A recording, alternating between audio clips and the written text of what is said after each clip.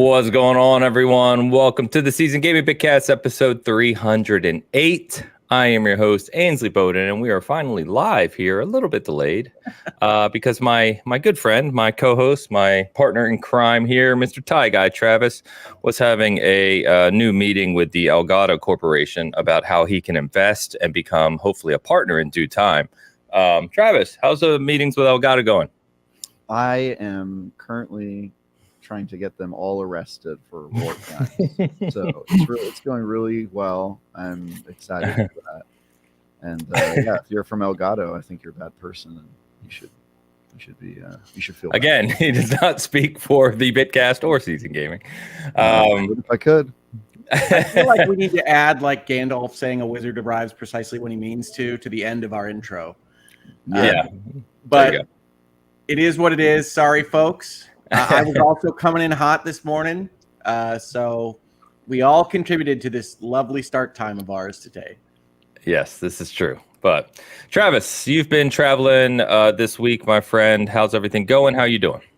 It's going good, man. I was expecting to be playing Diablo 4 Vessel of Hatred this week, but I guess that's not starting until Tuesday or something. So yeah, we're just a little delayed on our review schedule. I don't think you're supposed to say that.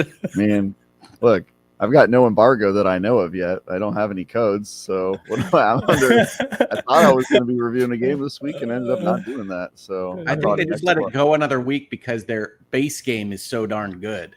Maybe is what happened. Could be a reason. Yeah, could be. Yeah, I mean, that's the next review I'm working on. So this week I was just, playing Star Wars and chilling, watching episodes of Clone Wars, as you do.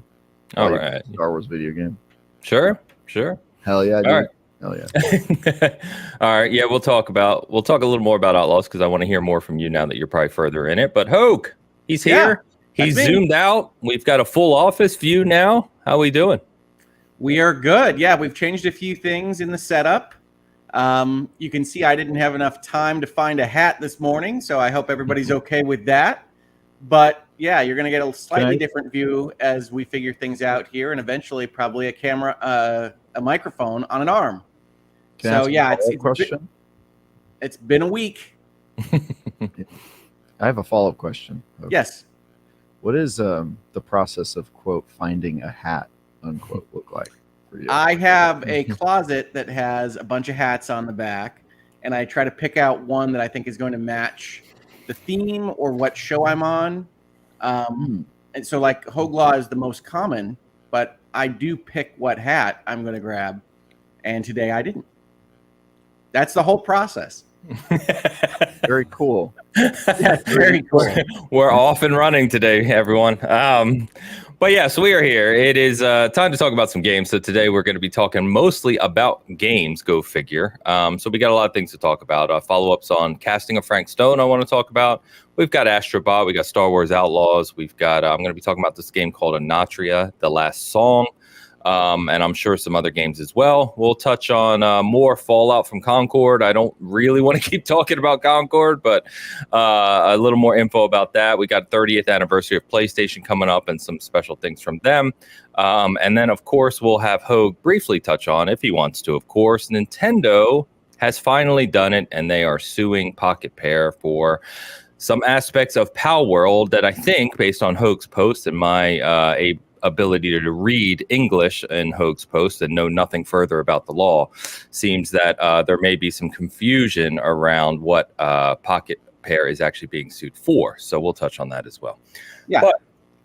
But anyway, let's kick us off with getting to the early super chats and, of course, Tide's picks. And we had some early. In fact, Googleman was beat to the punch this morning by our good friend, Mr. Tao. Tao Zochi offers $10 and says, "Sup, Bitcasters. I'm just here to see what out-of-pocket-ish Travis says that will make Hoeg and Ains both lose they character and train of thought. Travis is a live wire and a wild boy, LMAO." I think Tal said he was watching you on something else where you went off. I don't know if it was this week or recently. He was commenting about something in our Discord.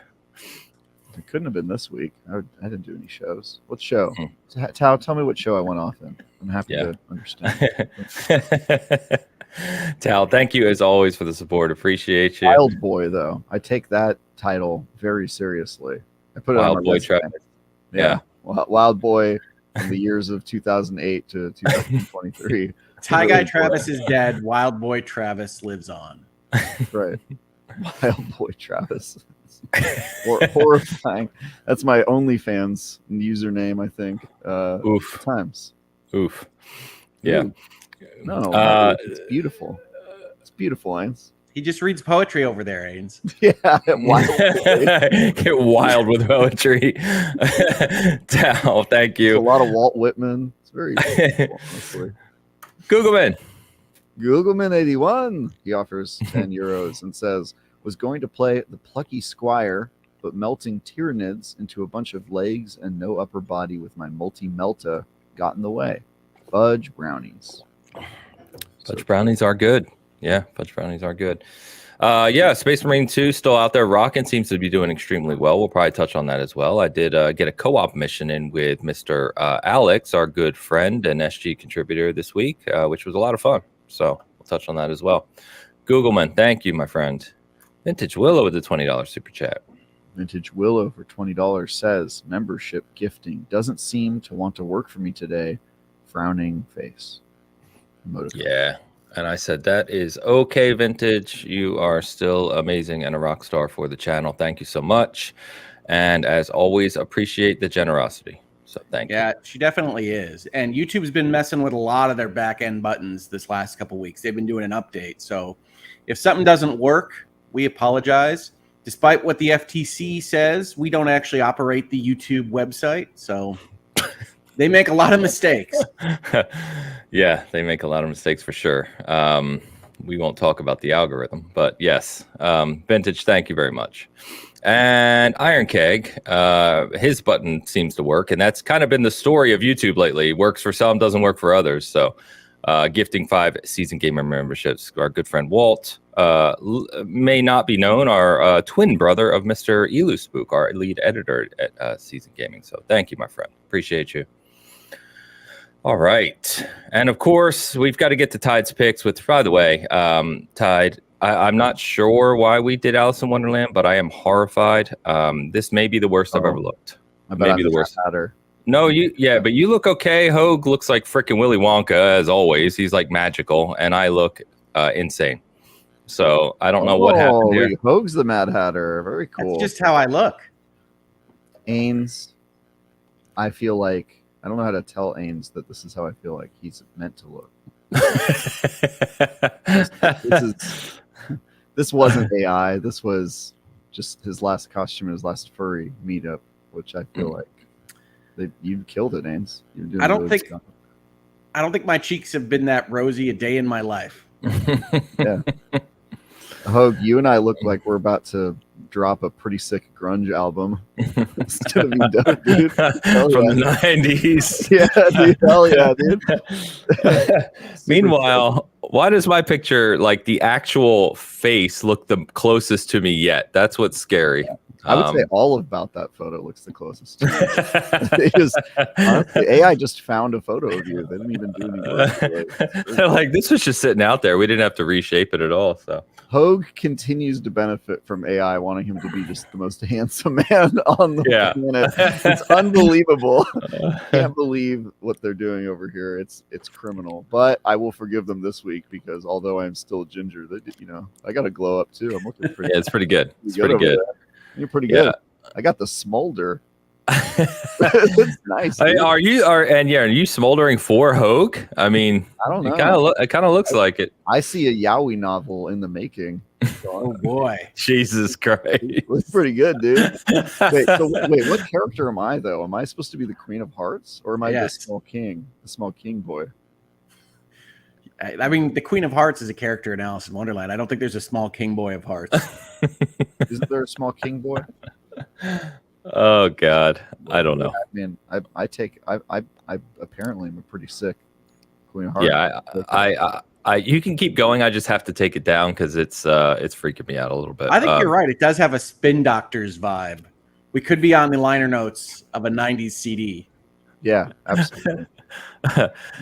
Yeah, I don't know what AI is doing with Hoeg, but they love him.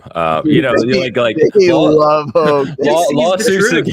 Lawsuits against the AI companies are going to begin, and Hoeg's going to be putting out videos of why they got it wrong. He's going to be defending AI at all costs. It's going to be great.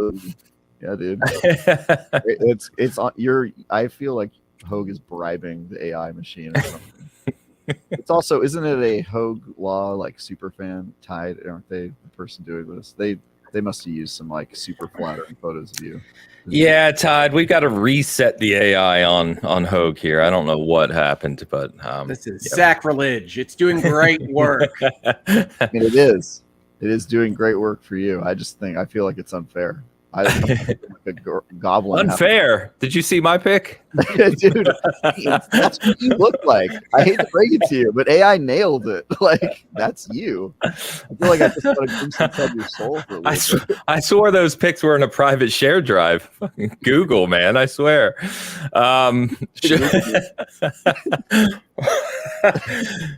Shush adds in a late super chat at the start here.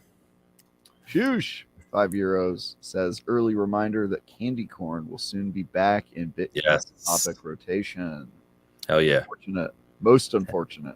Hell yeah. Representing candy corn every week. That's the Bitcast job.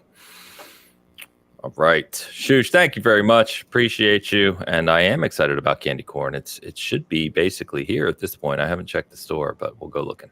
I do think the absence of Dan he wouldn't eat it last time. Last time I know it's pure corn syrup and sugar. I can't do it. He was like, I can't eat this shit. He just like refused to eat it. It was so funny. I do think the absence of Dan has changed the percentage of foodcast that we do. I do think that's true. It's true, yeah. Not being here, it's a huge L. Yeah, no doubt. All right, let's get into games. Go figure. Got some things to talk about. So I will kick us off. With the casting of Frank Stone, which Hoeg touched on last week. So if you missed that or not familiar, it is Supermassive's new kind of interactive horror game. This one takes place in the Dead by Daylight universe, and pretty similar structure to what you've seen in their former games. You kind of walk around what I would describe as barely interactive environments with some clunky controls, and you work through decision making to play through the story. So these games are games I play generally with my wife. She makes the decisions, I control because she doesn't really play games. And we usually have a good laugh just walking through them. So we've actually played it quite a bit. I think we're near the end, chapter 12 or something. I don't know how many chapters there are, but we've gotten through it. The one thing I will say I like about this one, and Hoeg, I don't know if you've played it more, so you can comment as well. But this one takes place, it opens up with a scene in the 60s. And then it basically takes place over two time periods in 1980 and 2024. And it does some kind of jumping back and forth with the same characters and some overlap and storytelling. So it's actually pretty well done in that regard, I think. I am continue to be a little disappointed that Supermassive doesn't get a little better with the actual game itself. The environments are very, very straightforward. The puzzles, it's hard to even call them puzzles. You know what I mean? You just kind of go pick something up, put it over here, and the controls aren't great as well. And I think actually in that vein, from a gameplay perspective, it actually takes a step backwards from the Quarry, which I think was a little more open, a little more exploratory than this one. This one's pretty darn linear. That said, I am enjoying the story. I think, you've got your typical kind of goofiness with the characters and the writing, but it's fun. And if you enjoy those types of games, it's also a $40 game, so it's not $60, $70. So, and you can play, as Hoeg said last week, in the die alone or die together modes as well. So, from a party game, from a co-op game, just having some fun with like a B horror movie, it's a good time. I've enjoyed it this week. Yeah, I mean, I think your description of it is correct, although a little bit negative focused. It's certainly story first as a game. Yeah, just like Until Dawn, just like The Quarry, just like the Dark Pictures anthology. But what I said last week and what I stay saying about Frank Stone now is that I like that they're not in their same wheelhouse, right? Like I think working in a different quote unquote universe with more supernatural elements and just a different kind of vibe is a good improvement for them because they have a very specific way of kind of telling their horror stories in the many times that we've seen them do it. And this feels different than what they've done before as a story, not as a game. And I do think that the character faces, which were always great from them, are even better now, especially when they're not trying to copy actors. So a lot of these faces in Casting Frank Stone are not, as best I can tell, famous actors that they've used in various other projects. And so you get a little bit more, in my opinion, emotion out of the graphics, and they match up a little bit better than kind of the Cal Kestises and other actors in video games of the world. And so I think Casting Frank Stone is probably my favorite project of theirs since Until Dawn. So nice. Cool.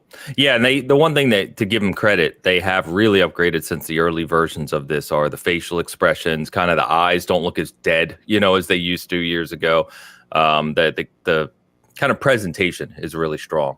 And it does some neat things now that I got later in with kind of the jumping and some of the mystery of things. It's done some really neat things from a story perspective. So, I recommend it as well.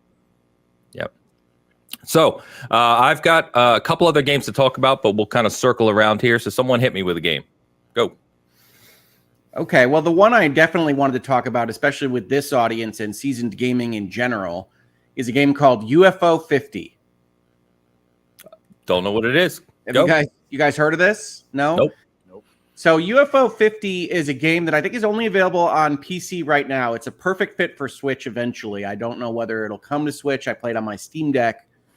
But it is a game in which essentially like a ROM card of an old NES is imagined for 50 new games from the 80s that didn't exist in the 80s, but that all are framed as if they were created in the 80s. Yes. So I saw a preview of this a few months back, and I was super excited about it, and I completely forgot about it. So this is great. Thanks for bringing it up. So please continue. Is it good?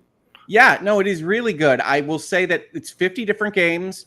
They are all full games insofar as like the 8-bit era has a full game, so they aren't like mini games, but they remind me of, I have a little piece of portable hardware that I got because it had a hand crank called the Playdate, who had a business model that they were going to release essentially like 20 tiny games per season.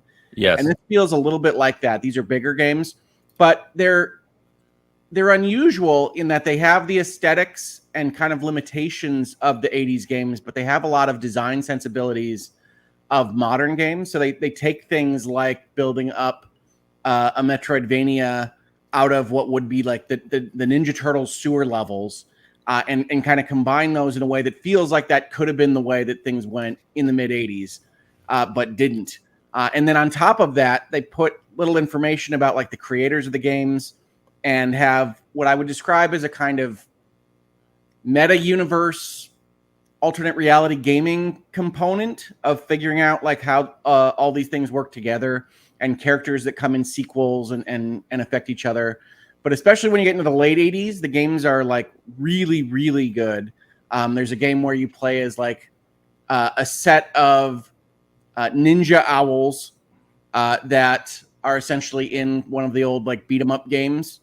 Where you have to like go and fight drug crimes in various cities around the United States with ninja owls. And there are a lot of games that take sensibilities that are not 80s fits and put them into those games. So you have like strategy games that have some elements of what we would recognize today, but in like a Nintendo setup.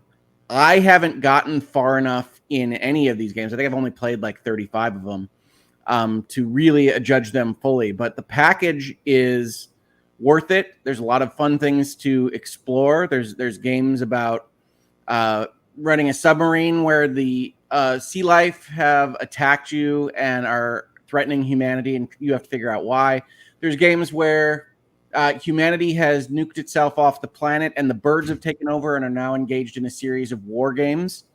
There's a game where you have essentially a real-time strategy of building your ant base and trying to attack other ants with Nintendo controls.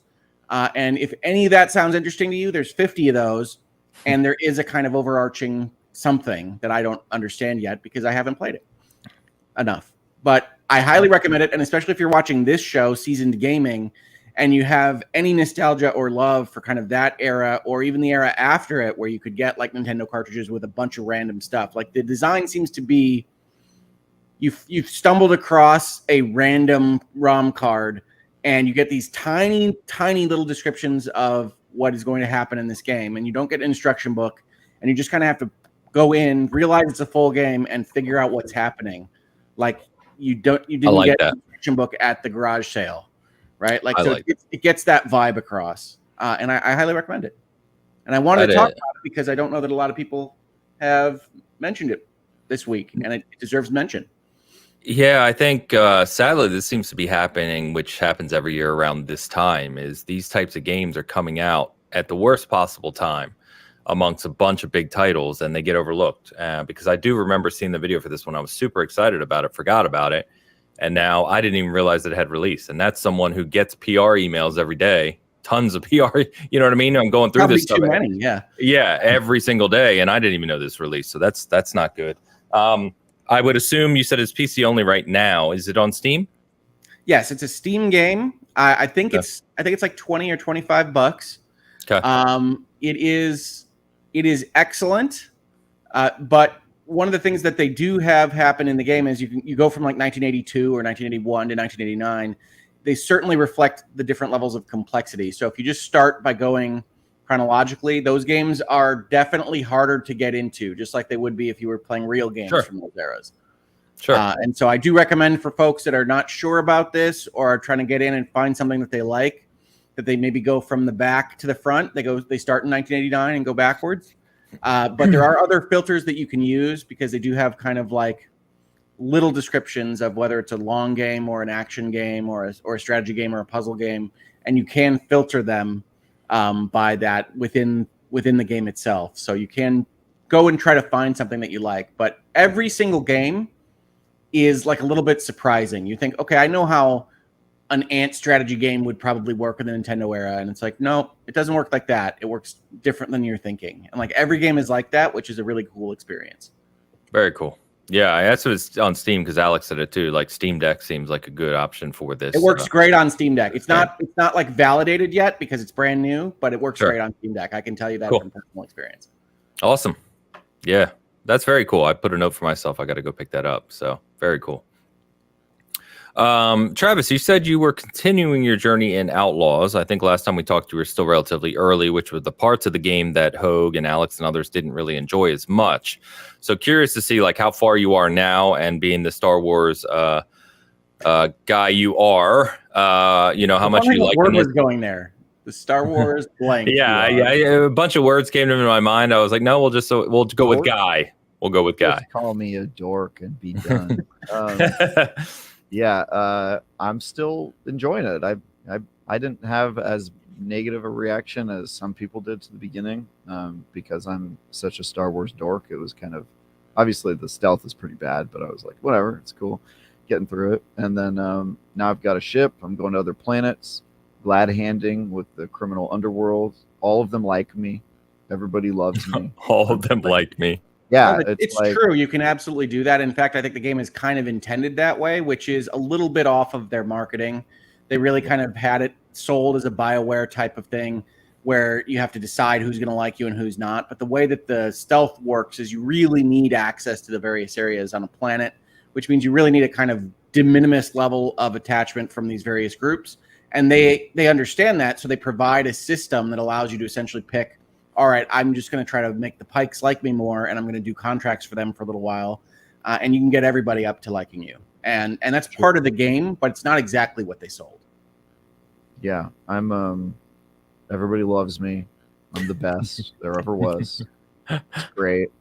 The only people who don't love me are the Empire, which it's a pretty good enemy to have because they suck. And it's good. Good times. Yeah, playing that game. It's good. It's a Ubisoft game. There's very few surprises, but it's got Star Wars stuff in it, which I'm really enjoying. I'm on yet another Star Wars kick. I don't know if my kick ever ends really, but yeah, I'm doing a lot of that. While I Okay. can, because I assume I'm going to be playing Diablo pretty soon. But yeah, doing that. Miles Edgeworth still also working my way through Miles Edgeworth game, which is good. Oh, and I did play just a mite of the Dead Rising remaster. Oh, yeah, I'm looking forward to getting into that That's again. not when I have out time for us normals yet, is it? Yeah, It's out When did that come out? this this week. week. Oh. Mhm. Yeah, played just a tiny bit of that, which is cool. And yeah, I mean, we've all played that game. We know what that game's like. Well, I'm actually really curious as to how much they sanded off the edges of that game, because that had some pretty harsh time limits and things in it in original recipe. Yeah, it did. So I think those are necessary for the flavor of Dead Rising 1, but I don't know whether they got rid of them all, because I think they're going to be pretty harsh for people coming to it now. From what I can tell, having played just the smallest amount of that game, is that they did make changes to it, at least based on my recollection of the last time I played it, which was kind of a long time ago. But I have a friend, Timo, who I think you met at my wedding. Ains, I did, yeah. Is about the biggest fan of Dead Rising ever, and I think. Oh, really? Yeah, I think Nice. he's played through the entire remaster already. He was telling me about it. He was like, "It good." So he's a guy I trust with this, because it's he played that game like 3 years ago, like all of them over again. He's really into that. Well, one, it's an unusual series, because in my opinion, 1 was by far the strongest. It had the most flavor. It had the clearest focus on what it wanted to be. And then it kind of lost that as it went through the series. I like So 3 I'm interested in trying a remaster. I like 3 a lot. I don't know. That game. Yeah, I think 1 was kind of the most focused, to Hoeg's point. 3 I had a lot of fun with, because 3, if I remember correctly, I don't remember if it was a launch title, but it was right there at the beginning of the Xbox One generation. And Xbox One, and you like the whole thing was you could make goofy, powerful weapons in the workshop. Yeah. Because my first ever Xbox One clip that I have saved is Dead Rising 3 with my friend. Yeah. Dude, and I don't know. I had a lot of fun with that game. I felt like they got the combat and silliness just right in that game. I played a ton of 3. 3 was fun because the clip is me being in a steamroller and just rolling down the street. You know what I mean? And just like rolling over like a couple hundred zombies. That goofiness I always liked about that game. It's fun. Those were the days. No, so I'll try that out. If it's good, I didn't realize it came out. Speaking of things that just kind of go under the radar when there's so many games, because I was focused on the indie space this week. The other game I played, which I know you had mentioned you wanted to try, Ains, and so I didn't know whether you were going to mention it, is Plucky Squire. I didn't have time, but yes, I do want to play it, and I want to hear your thoughts. I don't know how far you are, Hoeg, but I've seen some people who love it, and then I've seen some people who have now beaten it and say that they were disappointed in it. So I don't know where it sits. I'm a few chapters in. I would say this, and I think I tweeted this out actually, is that it's charming. The art is fantastic. The voice acting is really good. It's got that kind of bedtime story vibe to it. It is not a great or innovative or interesting game design. And like some people are not going to demand that. It is very kind of straightforward, and I don't find it very compelling outside of kind of the art and the charisma of the storybook conceit. But I do think that it's unfortunately not that great of a video game. And you're going to get those kinds of mixed reviews or mixed opinions, because it just is going to depend on how much the cuteness and production value sways you one way or the other, because I don't think the game is really there. Okay. That's what I've heard from a couple others as well. And I've heard, correct me if I'm wrong, that like you'll start playing and not only is the gameplay incredibly simple, but then it just constantly interrupts with like the storytelling or the chapter, whatever it does in the game. Like you're just constantly getting interrupted in the actual gameplay. Yes, it's really concerned with telling a story, right? Which is never going to bother me. But you have to deliver something of interest when you're running around in the world. And I mean, there are little other design things that I disagree with. I think they made like the real world a little too dark and serious for what is the other half of the game, featuring a storybook world. But those are going to be your mileage may vary type of subjective opinions. And so it didn't work for me. Plucky Squire is one of those that I I actually wound up. The story here is that because PlayStation was doing like the super sales on their PlayStation, whatever the heck their second level is, it was cheaper for me to get a year of that than to buy Plucky Squire. So that's what I did. So I also have the PlayStation subscription service now for a year. They got you. They got me. Sold. Yes. Well, see, I'm probably the wrong person to get on these kinds of things because the very first thing I do when I get one of those things is I go into my account and I turn it off for when the date is. Like you're not going to get me into the $150 version or whatever. But yeah, I bought the cheap entry price version, which was like less than the Plucky Squire, and I got access to the Plucky Squire. So no regrets, but it's not as good as it should be for the level of art and production that it has. Yeah, gotcha. Yeah, I heard very similar. So I'm still looking forward to trying it.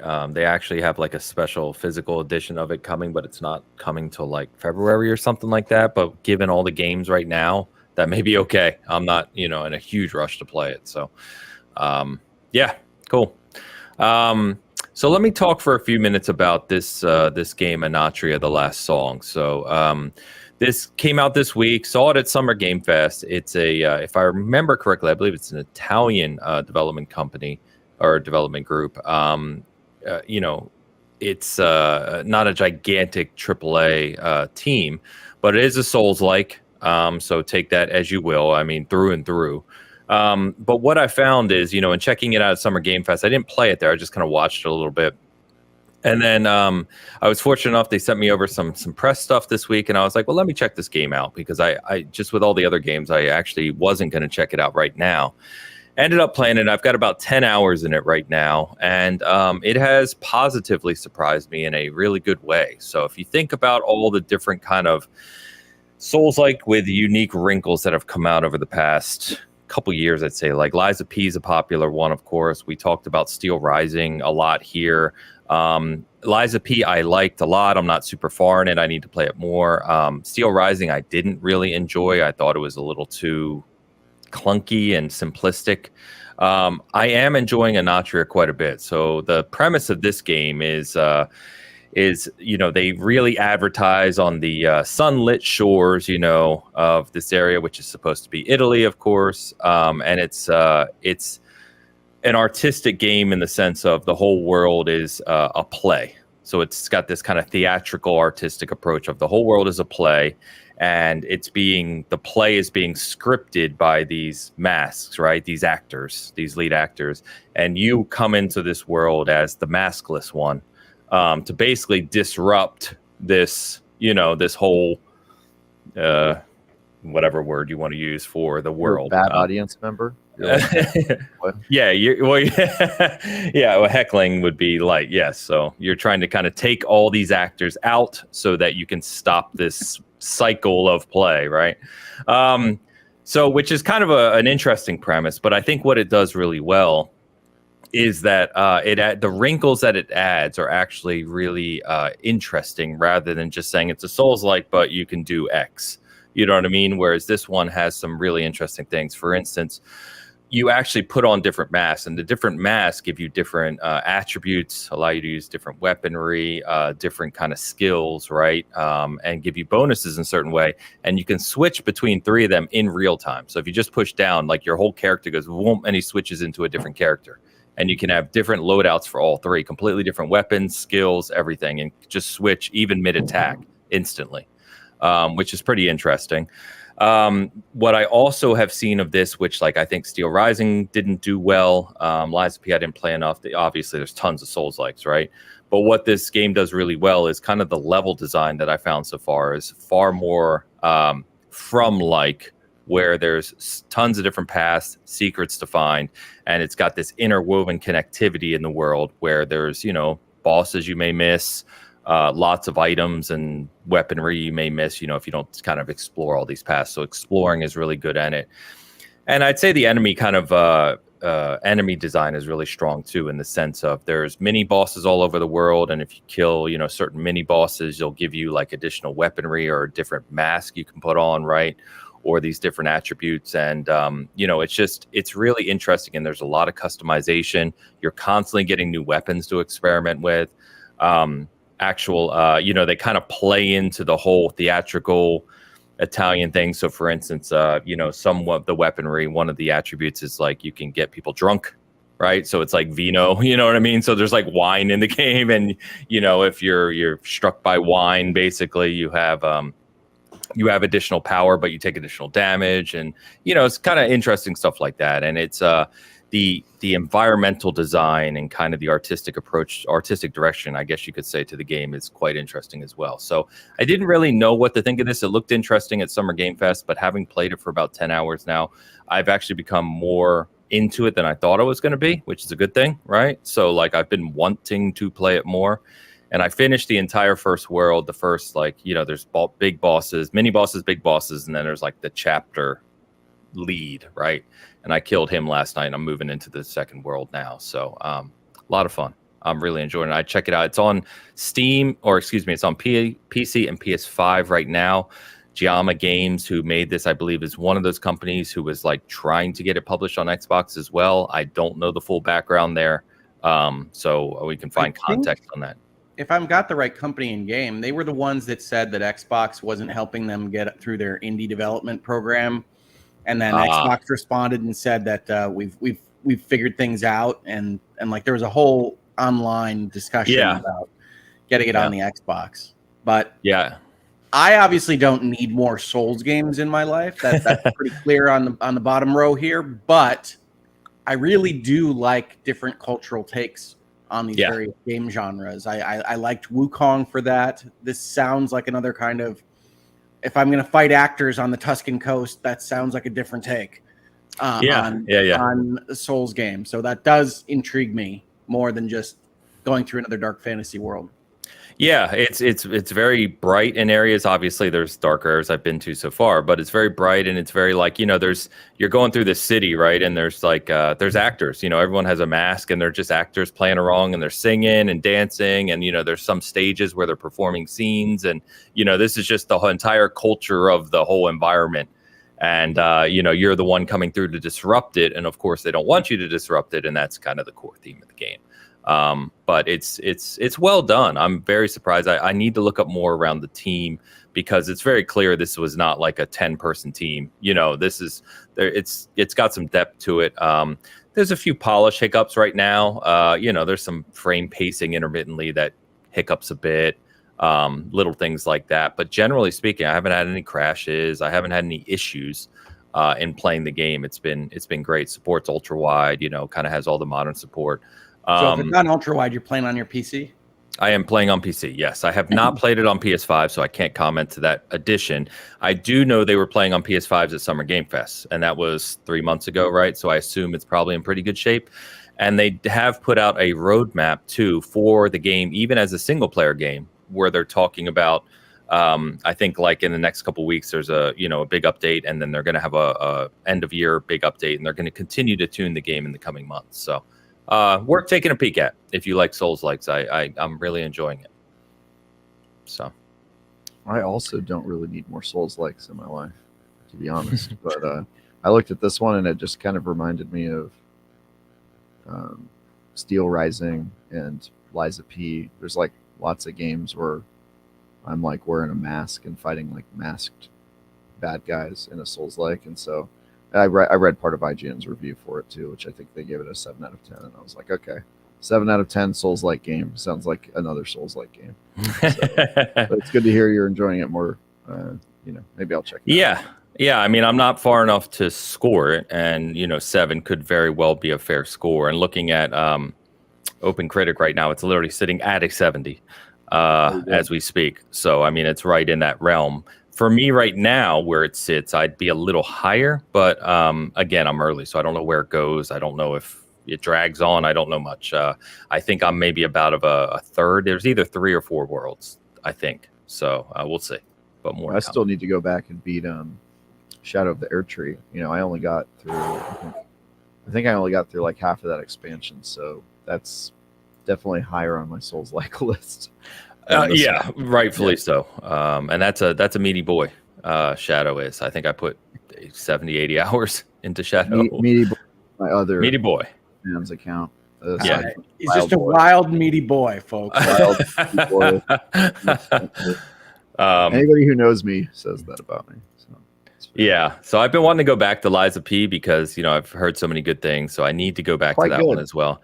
But yeah, I was going to say I'm a little uncomfortable with Liza P and Steel Rising being in the same kind of description of what I'm hearing there, because Liza P is significantly better, I think, than Steel Rising. Yeah, you could tell. Yes, and as I said in my review of both of those games, it is better, but it's also a game where both of them you are in Europe, in part of France/Italy, as a robot fighting other robot Souls-like guy. It's just there's a lot of overlap. Like I played Steel Rising, and then I think I reviewed Liza P like that same year. It was like later. Yeah, it was last year. I was like, dude, this is the same game. Like, whoa, how did these developers, were they on the phone with each other? What happened?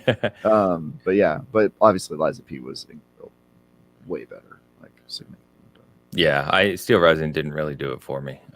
So I anyway, gave it a 6 or 5. I probably like Steel Rising more than the two of you, but I think Liza P is by far the better game. So yeah, definitely.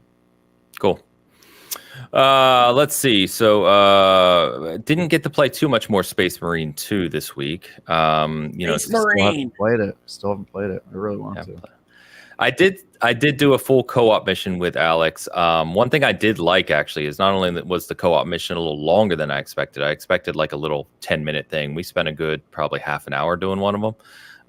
But it was interesting, it was a little more unique. So I think that experience is neat. I like the fact that it's one of those games where you get that core thing. You get the cool campaign, you get the co-op, and you get the PvP. So I'm looking forward to playing it more, but I can't really say too much more about it at this point. And they fit the operations into the story of the single player campaign. I mean, I think if you are at all interested in like the vibe you're getting from the marketing of Space Marine 2, like it delivers in spades on being a Space Marine.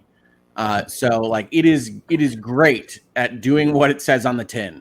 And sometimes you want that out of a game and it just doesn't deliver on the fantasy or whatever it says it's going to give you. And Space Marine 2 is like the opposite. So it's one of my favorite games of the year because it just gives you exactly what it says it's going to give you. What's the tin? It says on the tin is like an old phrase of like does what it says on the box, right? What's the tin though, specifically? What came in a tin box? What came in a tin box? I don't know, Travis. Do you? I know because Gears of War Collector's I've Edition. never seen a video game come in a tin box. There, Gears of War Collector's Edition done. the steel book. No, it's not even a book. It's a Mass Effect 1, and I have them right there. Mass Effect 1. Oh yeah, I have that too. The one that pops up. It's like wide, and it's an open tin. Yeah, there you go. It's in the tin. There you go. So it just refers to like 4 games collected game in a tin, and it is definitely before video games at that phrase. Yeah, I figured it is. I'm just wondering what came in a tin box that it's going to be like cigars or something, Travis. You guys can look this up or ask the AI, but I mean, that's what it says on the outside of the tin is going to be cigars. I've never smoked a cigar. I've tried to get my friends to do it, but nobody will do it. But I imagine that here we go. There's nobody sitting around smoking a cigar being like, wow, these cigars really did what they said they were going to do on the tin. It just doesn't seem applicable. I need to know what it is referencing, Hoeg. All right. Well, you can wiki it in the background here because I don't have a good answer for you. As my wife would tell you, most of my sayings or vocabulary are found under the term archaic in the dictionary. So there you go. I get accused of that as well. So I'm not going to, call the kettle black here, but I will say I think about it every time you say it. I'm like, what is you think about it every time I say it. Have I said it a lot on this show? Oh yeah, you say it all the time. Yeah, you do. You definitely do. Yeah, that's a Hoegism for sure. Yeah, and I don't mind it, Hoeg. I think it's just a feather under your cap, if you know what I mean. So. What does that mean? I get the reference, Travis. Or feather in your cap. I think I just said under your cap, but yeah, you got it. You got it. Was there a society at one point where you gained feathers every time? Yes, it was Assassin's Creed 2 fans. Yeah. Yeah. Yeah. Just put it in the blood, drink it in the blood. Good times. But no, I want to tell folks that like Space Marine 2 is it, whatever it is. Like it is what they promised to deliver. And so if you're at all excited about that, you don't have to be. You don't have to love Warhammer. I'm not saying that you're right or wrong to like or dislike Warhammer 40K, but if you do like it, Space Marine 2, you're going to find it there. As Habeck says in our chat, it's the bee's knees. So it is the bee's knees. There you go. So did no one knows where these come from, Travis. We just say them. You hear them, you repeat them. From it's that I want them to be applicable in some way. I just want to understand why they're this. That's all. I just want some context here. I think somebody just said bee's knees because it rhymes. Honestly, I don't think there's anything deeper than that. I think it was some like hippie playing hacky sack. He was like, "Bee rhymes with me," and that was it. That's good enough for me. Yeah, good enough for me. What was I going to say? Astrobot. I wanted to quickly touch. I only got to play a little more of it this week. I expected, obviously, to play more of it until I got into Anatria. Hoeg, you spoke last week about it being an excellent game, of course, as I think everyone kind of agrees on it, but that it felt a little bit more commercial-ish for PlayStation than you would have liked. I saw that, funny enough, of all places, Kotaku had an article basically saying the same thing now, but I don't think you're, jokes aside, I don't think you're necessarily alone. I think a lot of people are kind of commenting on that now. So have you played it more? Did you finish it? Where are you in that?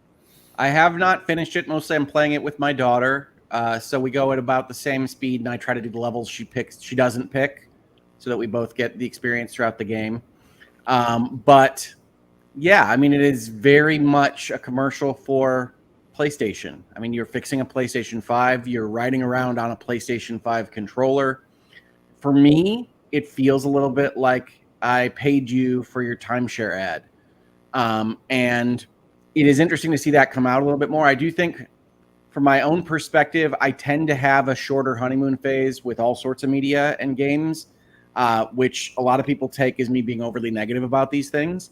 I like a lot of this stuff. I think Astrobot is a fantastic game. I think it's one of the best platformers Sony has ever made, if not the best. I think it has a lot of really interesting ideas. I played a whole level where I was a sponge Astrobot yesterday night, and it was a lot of fun. But I do think they could have done something that was more in building their own brand and their own universe and being Astrobot rather than being a PlayStation commercial. And I wish it did that because it does feel a little grimy. And Alex at Seasoned Gaming thinks to some extent that's a function of how you feel about Sony as a brand or a company now, as whether or not you'll feel grimy about that or not. And obviously, I'm a little turned off by some of the business decisions and some of the directions that Sony is going, including things like remasters that we can talk about as part of our conversation today. We will. But it turns you on, though, Hoeg. What turns me on? No. You know what turns him off? No U-turns. No U-turns. Meaty boy Travis? I just want to. I'm sorry. That phraseology. What turns PlayStation turns me off. All right. Well, what turns you on? Is it UFO 50? Is that what it probably is UFO 50? Like one of the things I wanted to say is if you had $30 and you were deciding between Plucky Squire and UFO 50, I think UFO 50 is the choice. But do we get a Mrs. Hoeg call out, Travis? Mrs. Hoeg. Yeah. What turns Hoeg on? I'm not going to say you're wrong there. That is true, but we can keep it at that. Yeah. Fair enough. Yeah. But yeah, I think Astrobot. The issue I have with it is it's impeccably made. It has great controls. It has great use of the controller.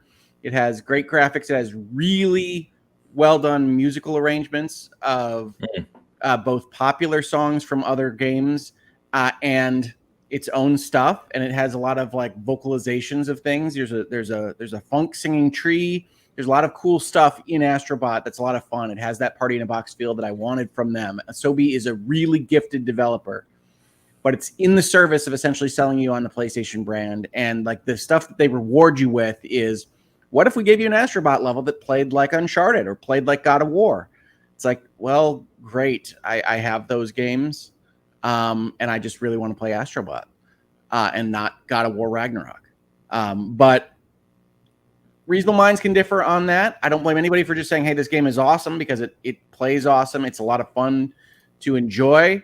It just is in the service of selling you on feeling good about the PlayStation brand, and I feel like that's a little bit icky as part of something that I bought for real American dollars. So that's as where I'm at. To fake American dollars. Well, yes, you can have counterfeit money. It's called cryptocurrency. It's fake dollars. Yeah, I need to play it more, obviously. You know, I love the nostalgia aspect, right? Nostalgia is always a big play, and we're going to talk about that a little bit with PlayStation here in a minute. But yeah, I can see exactly what you're saying. I don't know if I agree as much, but I think you're right. I think that there's no reason Astrobot couldn't have taken everything they're obviously extremely good at and been a little more creative in the actual reference sense, or maybe level design that's not directly tied to everything PlayStation. But yeah, I need to play it more. Yeah, it's a good game. I had no doubt that it would be a good game. You could see from the guesses at the review scores, like Asobi has knocked it out of the park a number of times in a row now. But I think they could have eased up on the Sony sales pitch. But I think that a lot about Sony right now anyway. Yeah. So we're going to have conversation points about colored versions of their console. We're going to talk about remasters of games that are 6 years old. It's a company in a state of stasis, and I don't love that. Yep, that's fair. That's fair. I did hear, in fact, Blue Gamer just said, I just completed it. The end was amazing. I had a good friend tell me that the ending was surprisingly touching of Astrobot. So I'm looking forward to eventually getting through the game and kind of seeing what that's all about. So we'll see. This is a weird, 6-year late mention, but I got back from my trip in Colorado. We did hiking. We were in the national forest and everything. And for whatever reason, right, it made me want to go back to Red Dead 2, one of my favorite games of all time. Nice. So loaded that up on the PC. It's nice on PC, and that world environment playing on the ultra wide and kind of like ultra settings. And before I got into Anatria this week, that was actually distracting me, and I started getting back into Red Dead 2. And I'm like, I've got all these games. I can't even keep up with all these new games, and here I am playing Red Dead 2 again. But God, I love that damn game. I know it can be slow. I know you kind of have to be in the mood to kind of be in that world, but when you are, man, it is truly, truly special. Super excited to honestly go back through it, which is a funny thing to say right now, but I got to try and find the time to do that. Rockstar makes great worlds. There's no question. And on the score of playing old games, I think I should mention that one of the things I've been playing was not one that I expected to be playing this past couple of weeks, and that is Spider-Man 2, which I still think is not a great sequel to Spider-Man 2018. I didn't think you'd ever go back to that because you really had issues with it. I really didn't like it, and I'm pleasantly surprised by not hating it as much this time. But I did want to share that I am playing through that because I am surprised by it myself. Is there a reason? There's never a reason for these things. I felt like playing an action game. I felt like playing one that I didn't necessarily grok to or engage with in a way that I found enjoyable over the past 2 years. One of the things I'm constantly testing is how much my mental state or physical state was affecting how much I was enjoying some of these video games, especially over the last year. And so I went back and I've been playing Jedi Survivor and I've been playing Spider-Man 2. And Jedi Survivor seems basically where I left it. I have the same kind of coldness towards some of the design there. Spider-Man 2 has some better improvements in the combat than I was giving it full credit for. Its story is terrible, but when you know that going in, it isn't as effective, right? It doesn't negate it as much when you're expecting something as good as 2018 or Miles Morales. Once you know you're not going to get that from this, you don't expect it, and you say, well, okay, your Kraven stuff is bad, your Venom stuff is worse. and that's fine because I just want to fight sand people. And whoa. Yes, they're made of sand. They're people made of sand, Travis. Whoa. Okay, Obi-Wan. They're called Tusken Raiders. All right. That kind of language is so archaic. That is wow. Okay.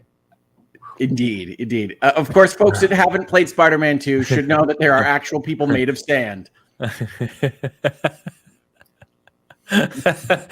We know who sides with the Empire, am I right? Yeah, that is crazy. I haven't heard that kind of stuff. It's like going back in time 200 years. Jeez. I also one of my favorite games for the past 2 years to play when, let's say, things aren't going the way I want them to go in real life has been Diablo 4. It just takes up my full brain space, and I really enjoy it. It's. I think I've said on the show, maybe I haven't, but like one of the inside jokes I share with my wife is like the answer is always Diablo 4. Like if I'm not in a good space, if things aren't working the way I want them to, even if I don't feel like playing it, just have Diablo 4 turned on, and I will be happy by the time I'm done with it. So I played a lot of Diablo 4 this week because it was a tough week at Hoeg House, and I have some bad news for my hardcore run, primarily for my haters. I did make it to level 50 and tier 3 for my Necromancer. I will say this.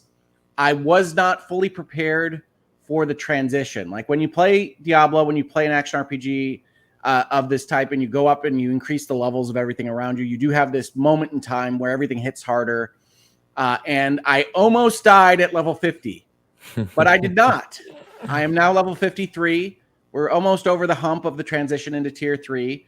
And we'll have to do it again for tier 4 in a little while. But I'm finally getting into some of the seasonal content, really, because it really only opens up in tier 3. And having a great time doing it. I have a couple of uniques that work together in a really interesting way for my Necromancer. And I love Diablo 4 to death. And I'm super excited to now be on tier 3, having a level 50 plus hardcore character when so many of you said I wouldn't be done. So to my haters, haha, to the people that believed in me, hang on to your humility. Don't just rub everybody else's faces in it. We're going to get even farther. He said after saying haha to his haters. I can't. It's on the humility. I was behind you the whole time, Hoeg. I knew you could do it. Yeah, I thought you were going to get to 100. I mean, I've been there the whole time. We would never doubt you here, Hoeg. But no, that's awesome. That's awesome. And I do think like Diablo 4, Travis, all three of us have talked about this a lot, right? And Travis and I obviously reviewed it. Like it is that game. Like I do think not only out of the gate, especially if you go back to Diablo 3's launch, which, whew, painful. But I think they not only nailed it out of the gate, but they've just gotten into this really good rhythm now. And Travis spoke about this a lot when he talked with the team there about how they were structured for their development, structured really well to keep that ongoing development and preparation going. And they've nailed that year over year. And here we are, 3 weeks, less than 3 weeks from Vessel of Hatred. And obviously, Travis and I both are reviewing that as well, which is awesome. And Hoeg will be hardcore in it again. So we'll have a lot to say about Vessel of Hatred.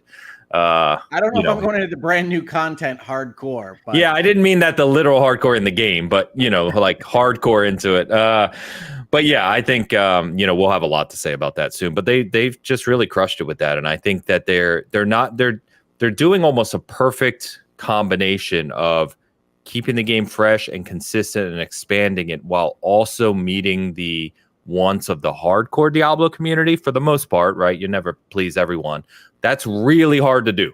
If you have followed Diablo since the first game, pleasing, kind of getting the casual audience happy while also pleasing the hardcore fans is not easy to do.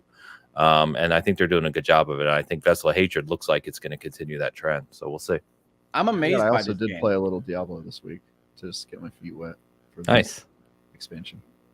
I'm amazed by this game. I think people know that I was happy with it from 1.0, and I was concerned about some of the major changes they were making. And like it's only improved to the point where I look at it and say, well, how did I like it when I had to go do these things with the aspects and the various other things that are clearly improved in the way Diablo 4 plays right now.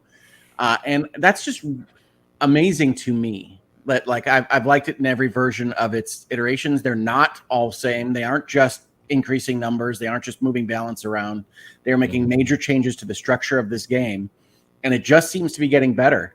I love Diablo 4 to death.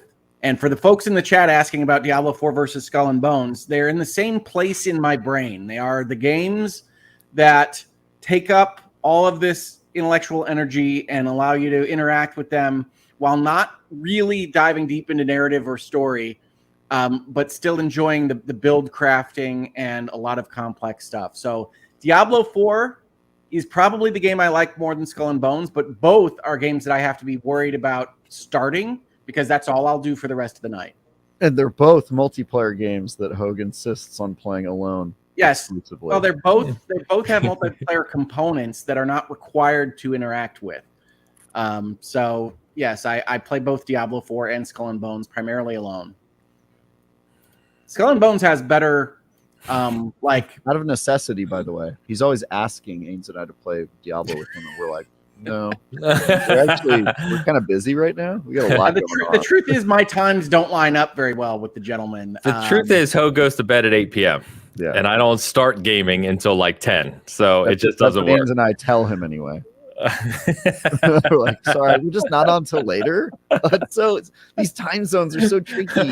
We keep seeing achievements pop up when I'm on, though. Like, aren't you? No, that's just it's delayed. The system's delayed. Yeah, I don't know what's going on. I see you guys online and party together. It's funny. Like, I'll be wrapping up for the night and turning everything off, and I will see Tie Guy Travis is online. That's like fantastic.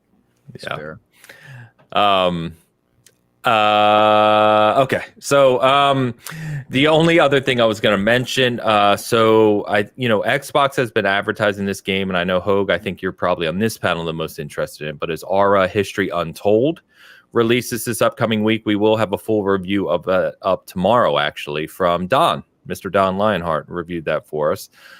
So that'll be good. And then this week we got the announcement, and it's a shame Dan's not here, of course, but we're getting Pirate Yakuza in Hawaii. So yeah, RGG Studio. Yeah. Oh, so coming out in February, I believe. Another, funny enough, February game. We started to joke several weeks ago about here they go with February again. But looking pretty cool. RGG has found their spot in like January, February. They like it there. Yeah. Yeah. Did you guys see the quotes that came out this week about how that studio views game development? I thought it was super interesting. I don't think so. Yeah, it was like they were talking about how crazy they find it that every game basically reboots itself with each sequel, where they have to like redevelop the engine and redevelop all the assets, and that they view their game development more like a TV show where they reuse a lot of the same locations and characters and just make like tons of games on top of it. I just thought about that. I was like, that's a good point. Like every game is kind of a reboot of the entire series. Like every sequel. Stop rebuilding your worlds, folks. You can build narratives within assets that you already have. The Yakuza series has proven that. You still have to design stuff. They change their combat, they change their characters, they have new stories, but like they used Kamurocho for how many games? And yes, it's no surprise they're going to use Hawaii now for a few. Yeah, I love that they're like, we already built the Hawaii world, so let's just throw an old character in there and do a pirate game. It's just so silly, and I can't wait to play this one. It's funny because Yakuza game. Come on, it's gonna be great. It's gonna be fun. Awesome. Yeah.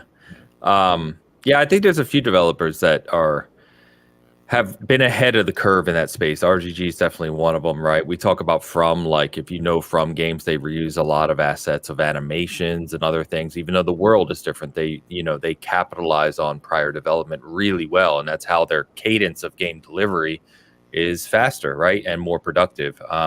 I even think, to a lesser degree, we joke about it a lot of times, or the community does, but Ubisoft does the same thing. You know what I mean? They build out some of those bigger games reusing a lot of different aspects. Whether they reuse the right ones, probably up for discussion, but they do the same thing.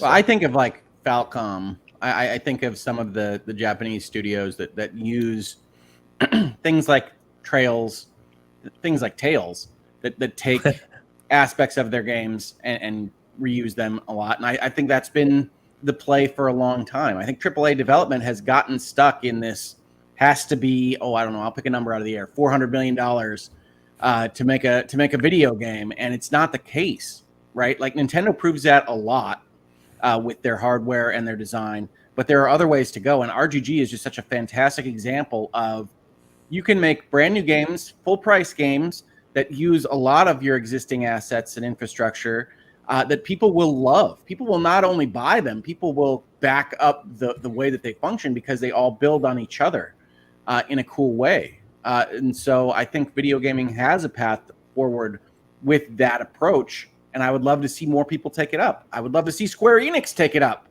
But here we are. Yeah. We have a bunch of cool games coming out soon, right? We got my friends are playing Metaphor and the new Princess Zelda game, so I assume those are coming pretty soon. Zelda comes out next week. Metaphor comes out at the top of October. So yeah, I am talk about some of those releases. Extraordinarily jealous of whatever friends you are talking about. Metaphor looks amazing. Metaphor is going to be one of the best games of the year, and I am super excited for it. Me as well. So some pretty big ones coming soon. Yeah, which is why Metaphor is on our cover this week. I think the director basically said that, you can expect the size and scope of Persona 5 for Metaphor, something to that degree. And I'm like, it's going to be a meaty boy. It's going to be a meaty boy. It is going to be a meaty and wild boy. I'm excited for it. Let's get caught up on a couple super chats here. Travis, if you do us the honors. Let's do it. Well, this is a member comment first. Cookie Mon Steve, actually, sorry. Cookie Mon Steve, member for 25 months, is off for candy corn. Hell yeah. See? Candy corn lovers are here. Candy corn, but I appreciate your membership contribution. He's off for having taste. How about that? All right. Candy corn. Exactly. Nailed it. Thank you, my friend. Random name. Random_name offers $4.99 to write, "Hello, Bitcast, Unicode for missing emoji. The #1 podcast. Dead Rising Deluxe Remastered really found the magic of the original. Everyone who likes the series, check it out." I will. Nice. I didn't realize that it was out. So yeah, I'm definitely getting it. By the way, we didn't mention it. Does anyone know? Is it a full price release or is it a discounted release? Yeah, I used my Xbox reward points to buy it because I did see it was like more expensive than I thought it was going to be. I think it was $60-$70. Okay. All right, I'll check it out. Random name, thank you, my friend. Appreciate you. Fat Boy Horror. Fat Boy Horror offers £5 for More Noon Gents. 40 days until my life is gone. Dragon Age is back with us again. Can't wait. And I want none of that BS about the character stuff. God. Don't know what that means. You know what? We're not really culture warriors here on the Bitcast, so we were not likely to go into that. I do upset about character designs again. It's not designs; it's the character creator. But we don't need to go into it at all. Trust me. Oh, fun! It's exactly what you expect, Travis. You don't even need to spend a minute on it. Yeah, we're good. I will say that the previews, and I don't love previews. Period. Like from IGN, from GameSpot, from anybody.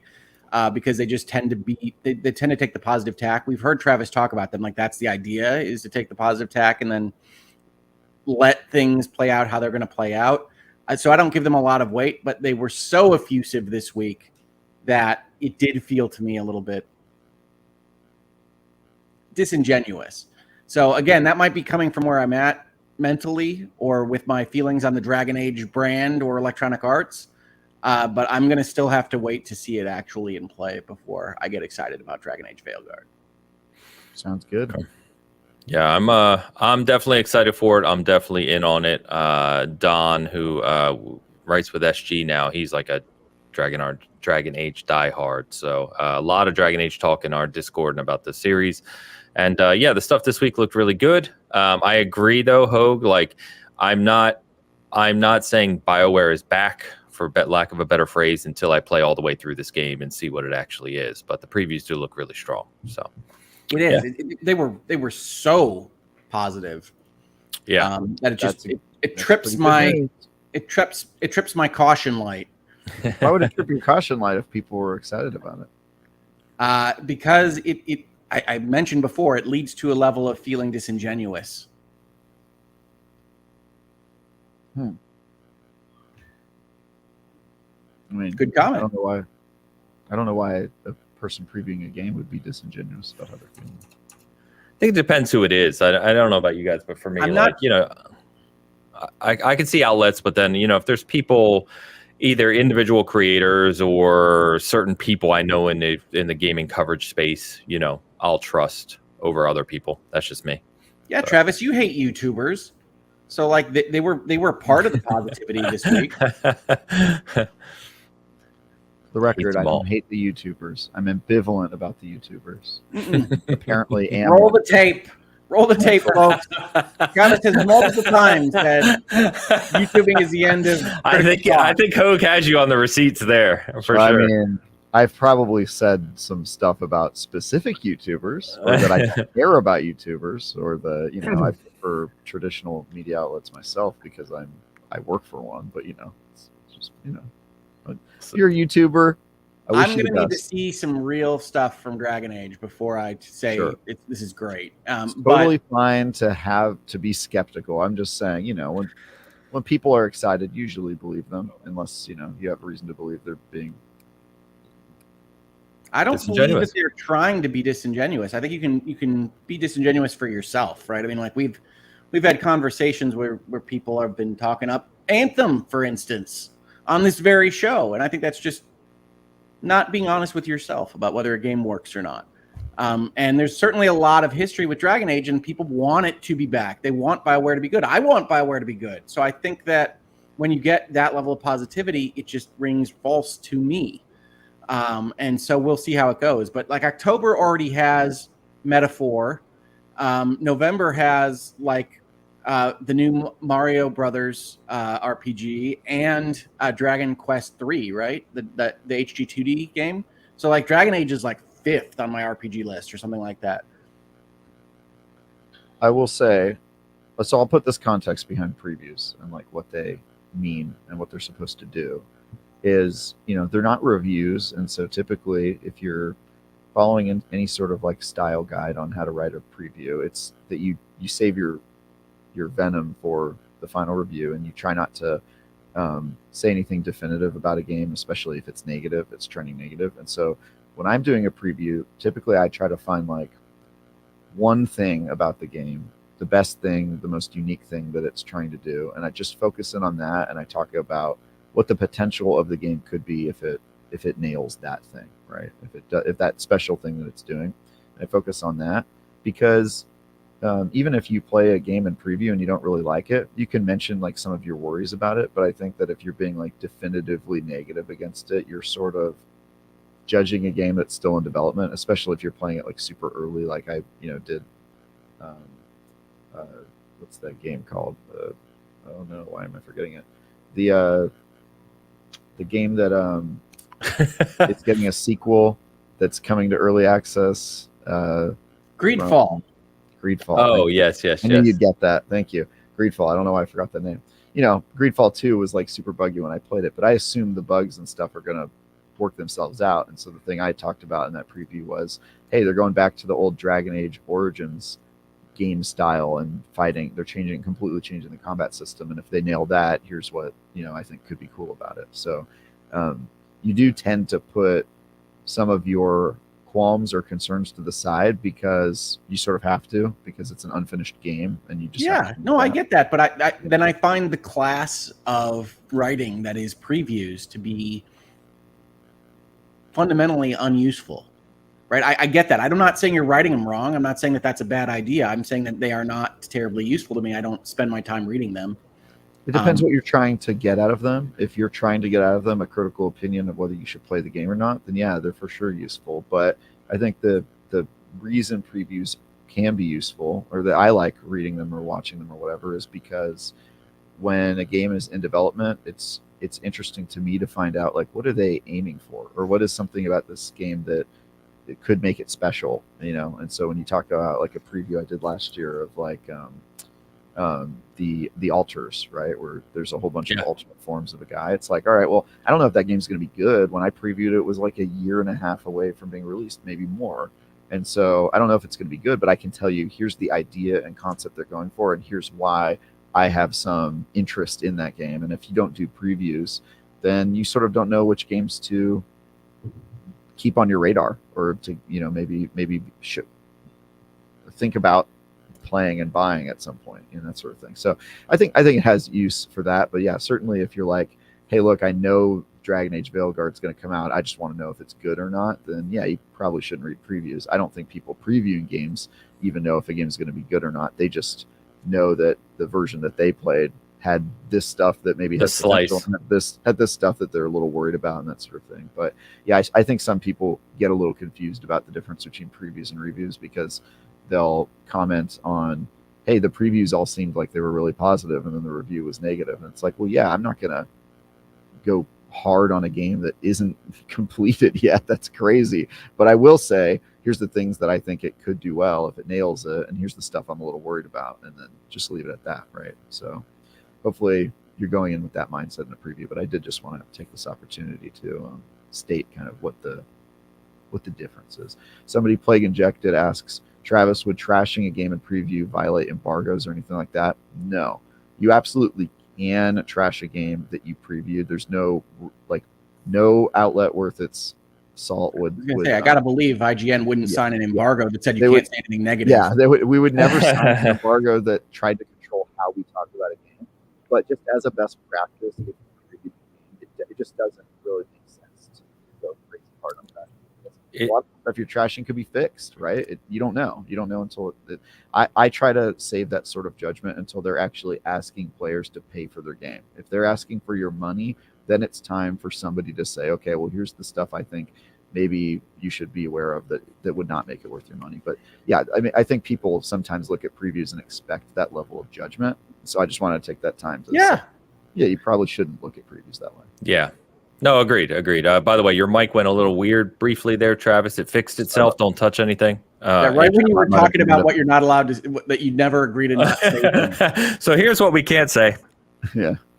Elgato always, bro. Yeah, they can't silence me. They suck. But no, I completely agree on the preview aspect, because I think, Travis, the quickest, easiest way to think about previews is the game's not finished, and so any person previewing it, you can't be overly critical, because you don't know what the finished product is going to be yet. You don't know what they're going to address, you don't know what they're going to fix, you don't know what they're going to change, in theory, right? So for me personally, and I'm sure you guys are like this, and much of our audience here, I've been playing games a very long time. I know the games I like. I know my habits. I know all these aspects. And covering games, you start to get a real good sense of how a game is probably going to shape up. You know the developers, you know the timelines, you know what to look for, all these different things. So generally speaking, for me, I don't care much about previews, because I can look at a game, say, yeah, that game interests me, and I know really kind of have a good expectation of what to expect, unless it's some indie company we've never seen before. There's obviously exceptions to that rule, but something like Dragon Age, I've seen enough now where it's like, yeah, I'm going to be interested in that game. Previews aren't going to do anything for me. They're not going to sway me either way, and then I'll just see how good the game is when it comes out. So all right, so we got caught up on that. Let's talk a little bit about the PlayStation universe for a second. So Hoeg kind of what we know of it anyway. So Hoeg kind of referenced a couple topics, interesting topics. I wish we were talking about different things, to be honest with you. But they announced this week 30th anniversary of PlayStation. They're celebrating, and of course that goes back to the 1994 launch in Japan of the PlayStation 1. Or original PlayStation. So they announced these 30th anniversary PlayStation kind of consoles, controllers, bundles, etc. So launching on November 21st, which I found funny looking it up this morning, because that's 2 weeks after the Pro essentially launches initially. We're getting a 30th anniversary edition of the PlayStation 5 Slim, PlayStation 5 Pro, the DualSense, and the DualSense Edge. And there's various things you can order from PlayStation Direct when these go live for order this week, I believe on the 26th, which is Thursday. I think the limited one here, and what will absolutely be the most expensive one, probably for an eye-watering amount, is the PlayStation 5 Pro 30th anniversary bundle, which comes with a PS5 Pro, a DualSense Edge, a DualSense, and some additional things, all bundled. Portal, right? No, the Portal is not part of the bundle. Oh, okay. Yeah, I thought so as well, because the way they pictured it originally. So I went back and looked at that this morning. But all of that's going to come with a bundle with a few other niceties, a special cord, a poster, a randomized poster. They're only making 12,300 of these. And if you remember what they did with the PlayStation 4 limited edition, I think which was maybe the 25th anniversary or something, they only made a certain number of those as well. And they are absurd to try and find nowadays. They go for like $1,500 just for a PS4. On eBay and stuff. So these are going to sell out instantly, which is kind of a shame because people like myself, I'm not looking to scalp the thing. I just want it as a collector. And I probably won't be able to get one, but regardless, neither here nor there. That's what's coming here for pre-order this week on Thursday. And to Hoeg's point, there also is a portal, I forgot to mention, of the 30th anniversary edition. So I know you guys, I think it's fair to say, don't generally care about this kind of collector stuff. Does this 30th anniversary stuff do anything for you at all? No, but I was really interested in how they got so much positivity from the press on this, because it's just gray, right? I mean, like, it's not anything super exciting. It's a gray version of everything else they're selling you. So it's just gray. It's just gray. It's the best description. Well, am I missing something? There's like little symbols on the corners, but it's just gray, right? You're not wrong, Hoeg. It's like some people get excited about special editions and special collector physical products and stuff, and my reaction to all of them is the same, which is like, good for whoever cares about that. And I have never cared about any of that stuff. And so, asking me this, I'm like, dude, I have the same reaction to all of this stuff, which is cool. Have fun with your dumb stuff, your see-through N64. I will never care about that stuff. It's just not for me. Yeah. No, it's perfectly fair. And the funny thing is, the logical side of my brain agrees entirely. And then I have that stupid old gamer guy part of my brain that says, God damn it, there's a 30th anniversary PS5 Pro and I want it. I do want a see-through N64. Yeah, I have a see-through N64. I have the grape colored N64. That's not even a joke. Hey man, the 90s see-through plastic was awesome. Dude, I still have that in the box, like brand new. Yeah. I miss the old iMacs. And I think about them all the time because the treasure chests in Astrobot look like iMacs. Or my humidifier. So anyway, yeah, we'll see. They go on sale. I don't think they set a time, but it's this Thursday on the 26th. We'll see what happens here. We'll see if I'm able to get one, but I'm buying a Pro regardless. We talked about that already, so we'll see what happens here. But the funny thing, to your point, Hoeg, about the color. So there's a video of one of the leads of PlayStation in Japan talking about this, right, and what they did. And in one quote, he said, "We worked with Tokyo Engineering to design these." And my reaction was the same as you, Hoeg. It's like, the hell did you engineer? You changed the color. Like, what? You worked with another company to do what exactly? Yeah. They got like little symbols in various places. I know that. But like for me, the PlayStation 1, like I bought the PlayStation on day one, like throughout all the generations. I loved the PlayStation 1 generation. They had a lot of great games. I love Metal Gear Solid 1 up, but this was the system that I had to play upside down for long periods of time. This was a fundamentally kind of cheap, broken system. So I don't have this love of that gray that apparently some people do. Yeah, I am nostalgic for it. There's a lot of history there for me, but we'll see. It's one of those where I'd like to have it. If I don't get one, it's not going to be that big of a deal. I don't think I will. So it's okay. But I would rather have the Astrobot controller. But that did go back up this week. I saw it momentarily, but I already have my Concord controller, so I'm out on Philly special edition controller pricing. So very fair. There you go. So let's take our guess here. So keep in mind, a PlayStation 4 Pro is $700 without the drive without the stand. This bundle, and this is what's really fun. The one thing I forgot to mention with the bundle too is it comes with a disk drive cover, not the disk drive. It comes with a disk drive cover so that if you put the disk drive on the Pro, you can match the gray rather than the disk drive being white. What's with the nickel and diming from Sony? Like, honest to God, why would you not include a disk drive? So I don't know if it's nickel and diming. I think they're just trying to appease the people who still care about disk drives, which has got to be a minority of the people who play. Yeah, no, the cover's a good idea, but you just include the disk drive. Oh, include the cover if you're buying a. No, they are including the cover. They're not including the drive. Correct. Oh well, yeah. I mean the drive would add extra cost to the most people who don't care about the disk drive, right? So yeah, I don't think you should. The cover's already doing that. You just don't have the drive. So you think they should sell a separate special edition cover and disk drive for the people who want it? Well, I mean, I think that the bundle is dumb with the cover for a thing they're not including in the bundle. I think the disk drive is dumb. I get that they're trying to do it, but like it's such a niche these days. I do have a question. Are they this is including correct. the normal cover? So if you don't get a disk drive, you get a cover you can't use. I mean, you can use it for something else. Go wild, dude. Okay, so let's be super clear. So you get the 30th anniversary PlayStation 5 Pro, the gray, right? You get the DualSense normal in the 30th, all of its 30th anniversary. The DualSense Edge with its case, and the case is gray with the old logo on it, right? Then it gets a new gray vertical stand. That's not a joke. I can't make this stuff up.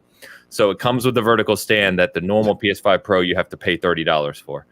And you get a few other bonuses. You get these cords and stuff, but then you get the cover, like I said, the plastic cover in the gray to match if you've bought the $80 disk drive for the Pro or Slim. Correct. I'll be honest, that sounds like the right solution to me, because I think including the disk drive with all of these would make it more expensive for the people who do not want it. But at least this way you get a cover, so if you are one of the sickos who wants a disk drive, you can have this cover to make it match. Cool. Yeah, I got to tell you, the Venn diagram of sickos that want this package and want a hard drive is going to be a single circle. I really don't think it is. No, in all seriousness, the disk drive was sold out. Like, we don't know how many they made, to be fair, but it did sell out. There's a lot of sickos out there, but yeah, I mean. Yeah. So you're going to ask us what we think it costs, right? Yeah, so let's keep in mind the Pro is $700 without a standard disk drive today. The DualSense Edge is $200, right? A DualSense is typically $70-ish. Extra branding, 30th anniversary, and a poster with the stand. So what do you think this bundle is going to be priced at? I got a number for you. It's going to be $19.94. You think it's going to be that high? Yes. If it's that high, I will lose my S. Wait, 1994 the year? Were you making a joke, or you think it's going to be $1,900? I think it's going to be about $2,000. So I think that they're going to price it at $19.94. That's crazy. 0% chance. I'm going to say $900. That's wild. No way in heck are you getting it for $900. That's insane. You're making a joke. I think you both are insane. I think Travis is too low. I think Hoeg's too high. Oh no! I think it's $899. The lowest this thing is going to be is $1,000. Easily. I'm gonna say $11.99. Get the yeah, dude. If it's $9.99, that's crazy. I think it's $8.99. Put me down at $19.94. All right. Let me write this down, because I didn't think we were going to be this different on this. So Hoeg's lost his mind, but that's fine. He does that sometimes. That is actually unhinged. Do you think it's Hoeg's trying to think like a Sony board member right now? Travis is $8.99. $8.99, which is also crazy. There's no way it's only $8.99. I think it's not. Explain your logic here. Because even if you bought the standard non-edition, non-limited stuff today, you're over $1,000. So the controller is what, $200? DualSense Edge is $200. The DualSense is $70. The stand's $30. The console's $700. Then it comes with the cover, poster, additional cables, and most importantly, they're only making 12,000 of them. Okay, I did not understand that it came with 2 controllers. I thought it came with just the Edge. But still, that the normal controller is the least of the thing. So yeah, but it's an extra. I was thinking they got to have a discount for.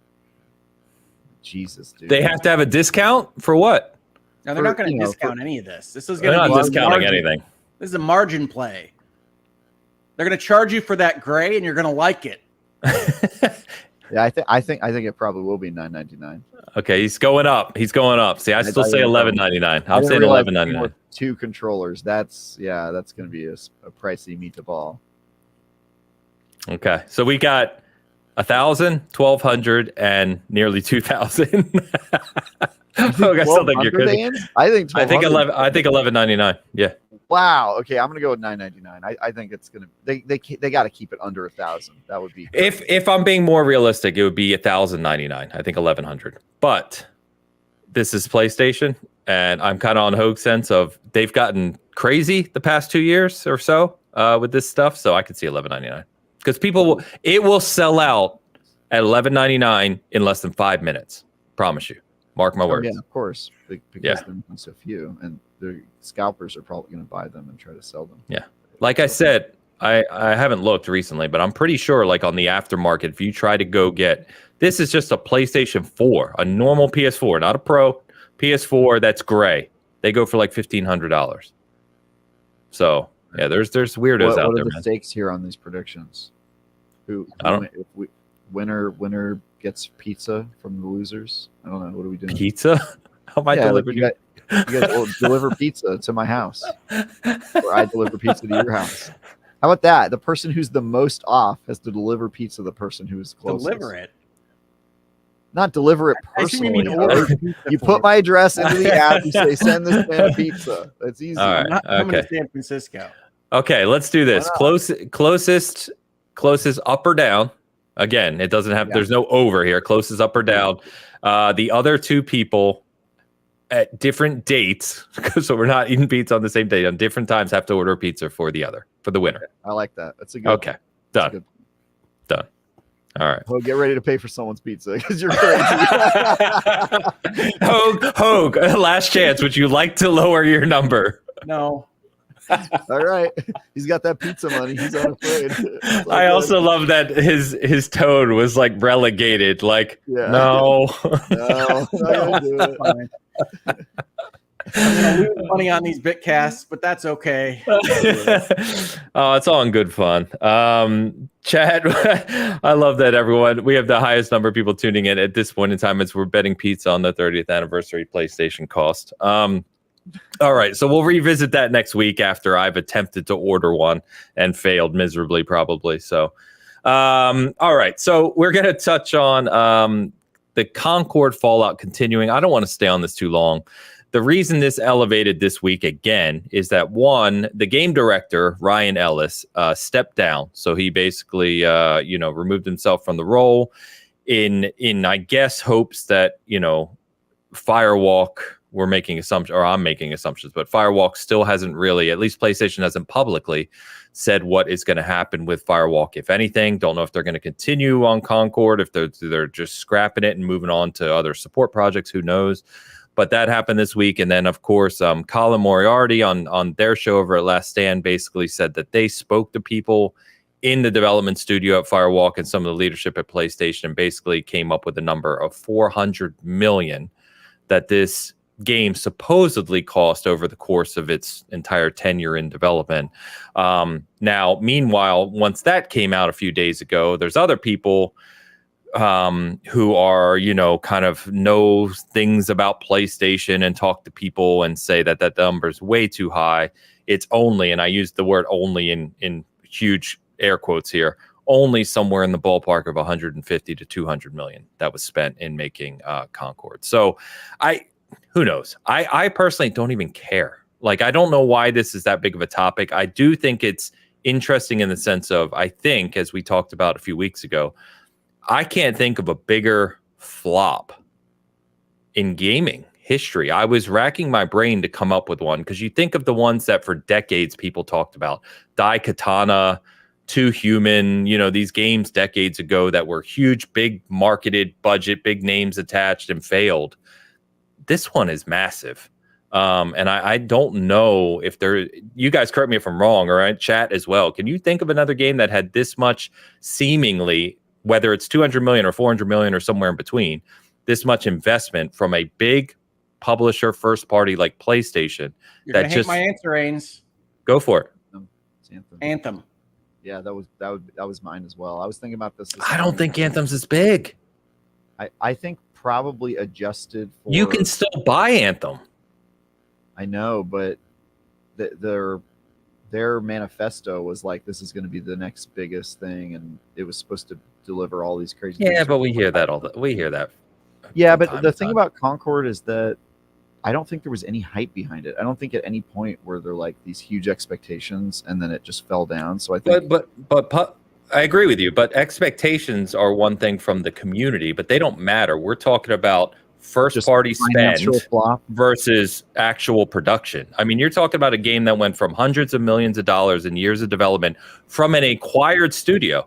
Yeah, last year, acquired studio for this IP, right? Because PlayStation said specifically they acquired Firewalk and they are working on a very exciting new multiplayer IP. They acquired it for the studio. It's not even playable 2 weeks after release. Well, then I think something like Brute Force, Fable. Yeah, Brute Force was pretty bad. Fable, I don't know if it flopped. I think it did sell well. And I think Anthem sold well too. I think it just didn't do well because people were like, yeah, I mean, Anthem died. We joke all the time. I love Anthem, but we joke, obviously that was a big miss. But on this level, this is the biggest, like, it shut down faster than I think I've seen any game do. Although I think there was a live service game last year I wrote about that shut down in like 3 or 4 days. So there might be an actual even worse one. But yeah, like 2 weeks at this level of budget. And then, so Ains, I'm sort of like you in the like. And remember, I'm sorry, Joe, I don't mean to keep interrupting you, but just to add to that, they refunded it. So it's not like they even made money on this game. Yeah. No, yeah. So I'm like you, where normally I just don't care about the stuff. I don't care how businesses are doing. I just want to know if your game is good or not, and I'll talk about that. But I think the thing that is interesting is some of the quotes that came out of this about like PlayStation thinking of this as the future of their company, and like this being their Star Wars or what have you. If that was legit, if that's legit reporting, and I've not looked into this, I was out of town this week. If that's legit reporting, then that is important because it shows how PlayStation's thinking and it shows how badly they missed the mark there. So yeah, I think this is. I was looking at I was Googling like what are some big flop games and kind of going through a list, and I don't think any of the ones on the lists I was looking at will come close to Concord. I think Concord may indeed be the biggest flop of all time, especially if it costs 400 million, which I have a really hard time believing. I don't believe that's it. How I would frame it. I have no doubt, really. I work with Colin a lot, and I have no doubt that that's what he heard. I have significant doubts that the person giving that information has a full concept of the budget and Agreed. money that was spent on Concord. So it is hard to believe at that number. But I do think we are seeing things with Concord that we wouldn't have seen earlier in the video game history, because there are some like tax benefits and aggressive ways to go seek write-offs that didn't exist before some of the movie studios started doing this with their streaming services, that I believe would motivate some video game companies to try to get into that space by pulling a game like this as fast as they did. That it wasn't going to have the traction that they wanted. It wasn't going to be the disaster that it looks like right now. But if they can go get a huge amount of budget expense written off from their profit line, I think they might go and try to do it there. So we're seeing business and tax implications meet success rate on games. I am biased on this, right? I think Concord was a good game. I understand why they thought it might be successful. They got hit by some stuff that I don't think they were anticipating, certainly 8 years ago, but even as late as 2 or 3 years ago, vis-a-vis cultural expectations of games and whatnot that you're seeing even with Dragon Age Veilguard, which we don't have to talk about. But like you're seeing forces in social media and games culture coming out against various aspects of games that you would not have anticipated if you were running the business a very short time ago. And so I think that this is a business play as much as anything else. So yeah, I think it's probably the biggest flop in game history, but it's also a very unique situation for a game that is largely a successful product, right? It runs, it had matchmaking that worked, the net code worked. You don't have to like the characters, you don't have to like the game. I loved it. But it was a functional product that had a lot background information put into it. People didn't connect with it for whatever reason. Sony missed the boat on that. Whether that's Jim or Herman, I couldn't tell you. But there are reasons that they pull it and refund it that don't 100% equate with this game as a failure. Well, yeah. I think it's pretty strongly a failure. But yeah, the pulling it, to me, initially struck me as like they want to relaunch this thing. And they don't want it to languish and the news cycle to keep hitting how low the player base is and like all this other stuff, because I'm sure it was about to get a lot worse. So I viewed it as like all right, let's try this again later type move. Now I'm not so sure. 100% with you. Yeah, and the bigger that number really is, whatever it is, whether it's 400 or 300, the bigger end of that, the more likely we never see it again. Yeah, because that is for the business reasons.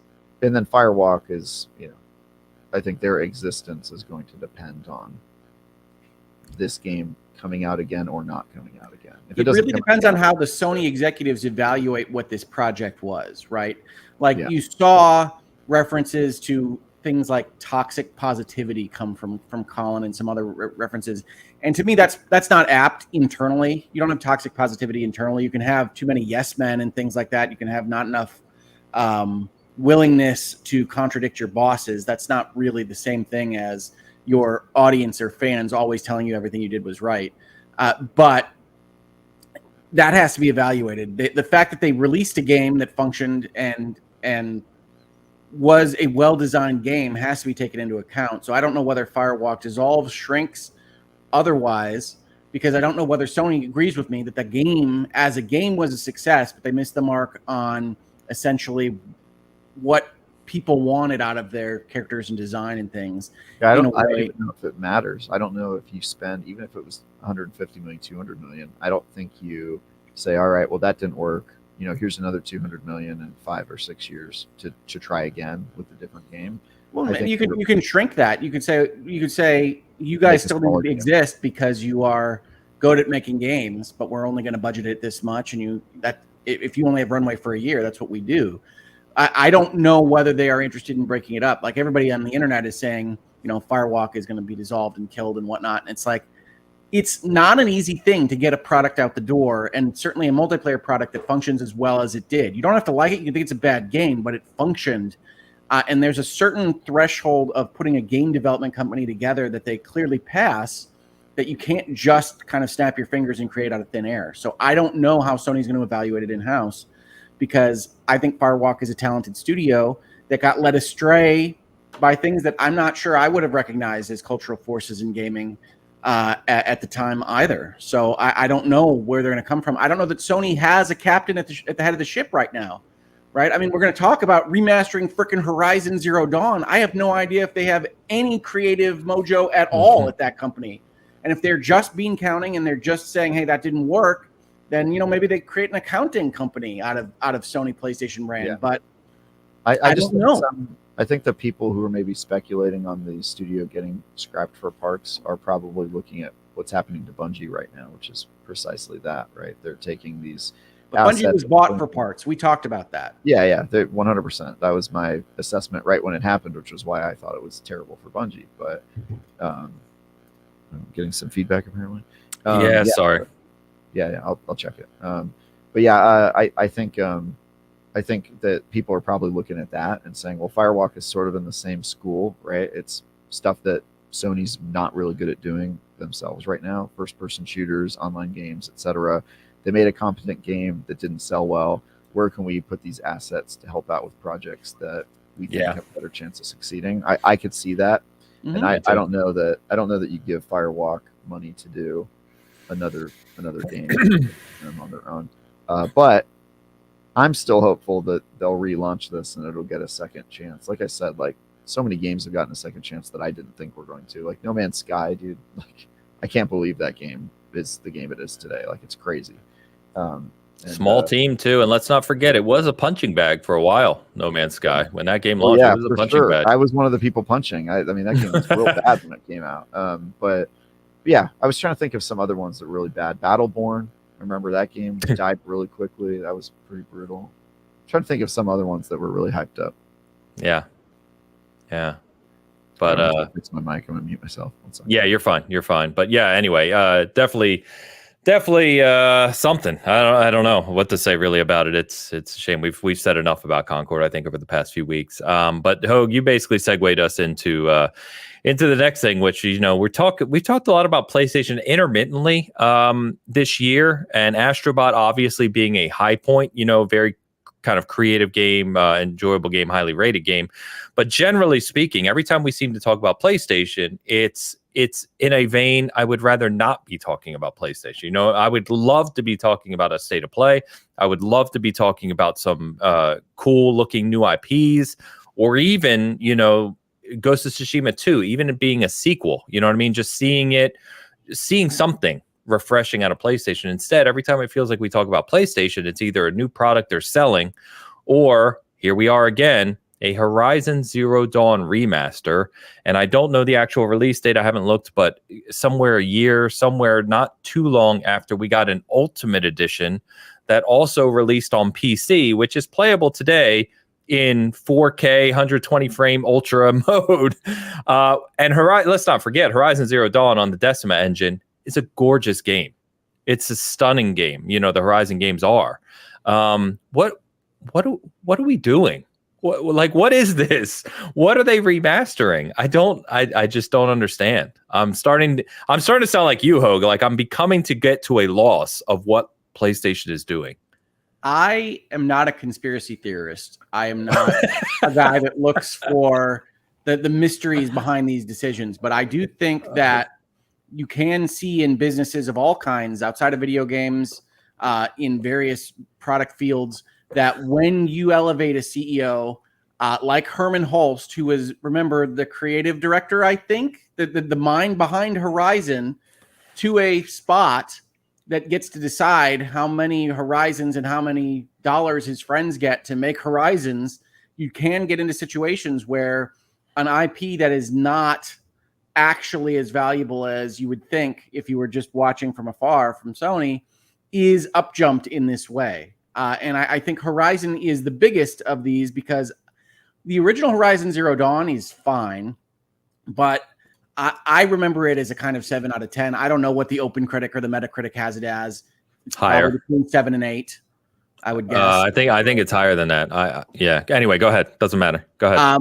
And the bigger problem, and you see people come out against Nintendo on this, but the bigger problem is, like, Sony has certain amounts of backwards compatibility with PlayStation 4. One of the reasons I talked about not buying a Pro is that I don't feel the PlayStation 5 generation has really existed on its own.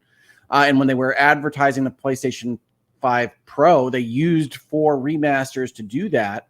And so you can already play Horizon Zero Dawn, as you say, at a very high level of resolution and frame rate on your PlayStation 5. This is a product that doesn't need a remaster. And people say, well, then PlayStation should get credit for backwards compatibility, where Nintendo will sell you these copies of things they had on the Wii U because they don't have backwards compatibility, and everybody's okay with that.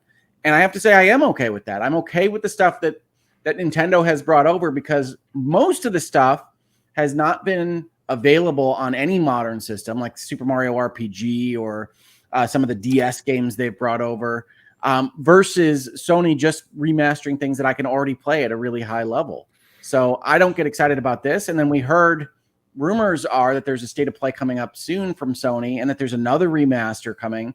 And of Days Gone. Well, the rumors are Days Gone. I don't know how far to take those. I hope not very far. I like Days Gone quite a lot, but again, it's another game that I can play on my PlayStation 5 at a very high level already. No. So to me, the fact that Astrobot became a Sony commercial, and everything else Sony is doing is remasters of better times for them, is really sad. I want Sony to be doing more stuff. I want them to be more exciting stuff. Astrobot is, at a fundamental level, a kind of sad game because the nostalgia is aimed at a time when more interesting games were on the Sony platforms. And I wish that they wouldn't be doing this in the way that they are, but get excited for Horizon Zero Dawn remastered and maybe Horizon Forbidden West remastered. Why stop at Zero Dawn? I think anybody who's watched the show even for like a little bit knows that I'm not a fan of rehashing old stuff. Like it's just not I have no love for that. Horizon Zero Dawn is a really good game. It's okay. I like it a lot. It's an 89 on OpenCritic, by the way, Hoeg. Yeah, which makes That's sense. It's okay. I gave it a 9 out of 10. I think it's good. I think the story's bad, but I think everything else is really good. Well, when you're playing a cinematic story game, I think story is an important factor. It's fair. I liked it. I liked it a lot. It was. I actually played that a lot more than Forbidden West. Oh, I definitely only because I didn't have the Shut Up Aloy mod at the time. Yeah. Speaking of which, part of the story here is like they're adding shut up clues to their various remasters, right? Like we talked about this a lot, especially last year or the year before. Like God of War Ragnarok, having Atreus just explain everything to you at the exact moment that you arrive on the scene. Aloy constantly talking about puzzles that you can't even see yet. Like, for whatever reason, Sony is backing off on their assumption that their players are all morons. Maybe that's because their games are PC. I think I would have less of a problem with remastering Zero Dawn because it's a good game if it were an older game. The fact that it's still pretty new is kind of what bothers me about this remaster. It came out the same year as Breath of the Wild, so that would have been 2017. So I think it's about the same length of time between the Last of Us remaster and that game coming out, right? Kind of around the first Last of Us remaster. Yeah, sorry, they did multiple Last of Us remasters. Yeah, my bad. Yeah, they did. They remastered. I wasn't even being sarcastic. I was being serious. No, I know I totally forgot that they did it twice. I was thinking of a more recent one. But yeah, they've technically remastered these PlayStation 4 games already, right? Like Ghost of Tsushima got a big PlayStation 5 patch. Horizon got a big PlayStation 5 patch. They've done these remasters already. So get excited for this thing is impossible. I think the thing that offends me more than a remaster that's way too soon, which I would say this is in that category, is games that were never good getting remasters. Like I feel like there should be a hard rule where you have to have mastered the game before you remaster it. Yeah, I disagree. Actually, I think saving games that didn't work for some reason or another is the proper role of. Did we need a Lollipop Chainsaw remaster? Well, I'm excited for instance, the Epic Mickey remaster because I think that game failed at certain technical and design levels when it came out, but it's a cool idea, and so I'm looking forward to that as a remaster versus the game that is already great. I'll probably play that game again, but really, guys, Lollipop Chainsaw, we didn't need to see that again. I don't think we needed that remaster, guys. I don't know.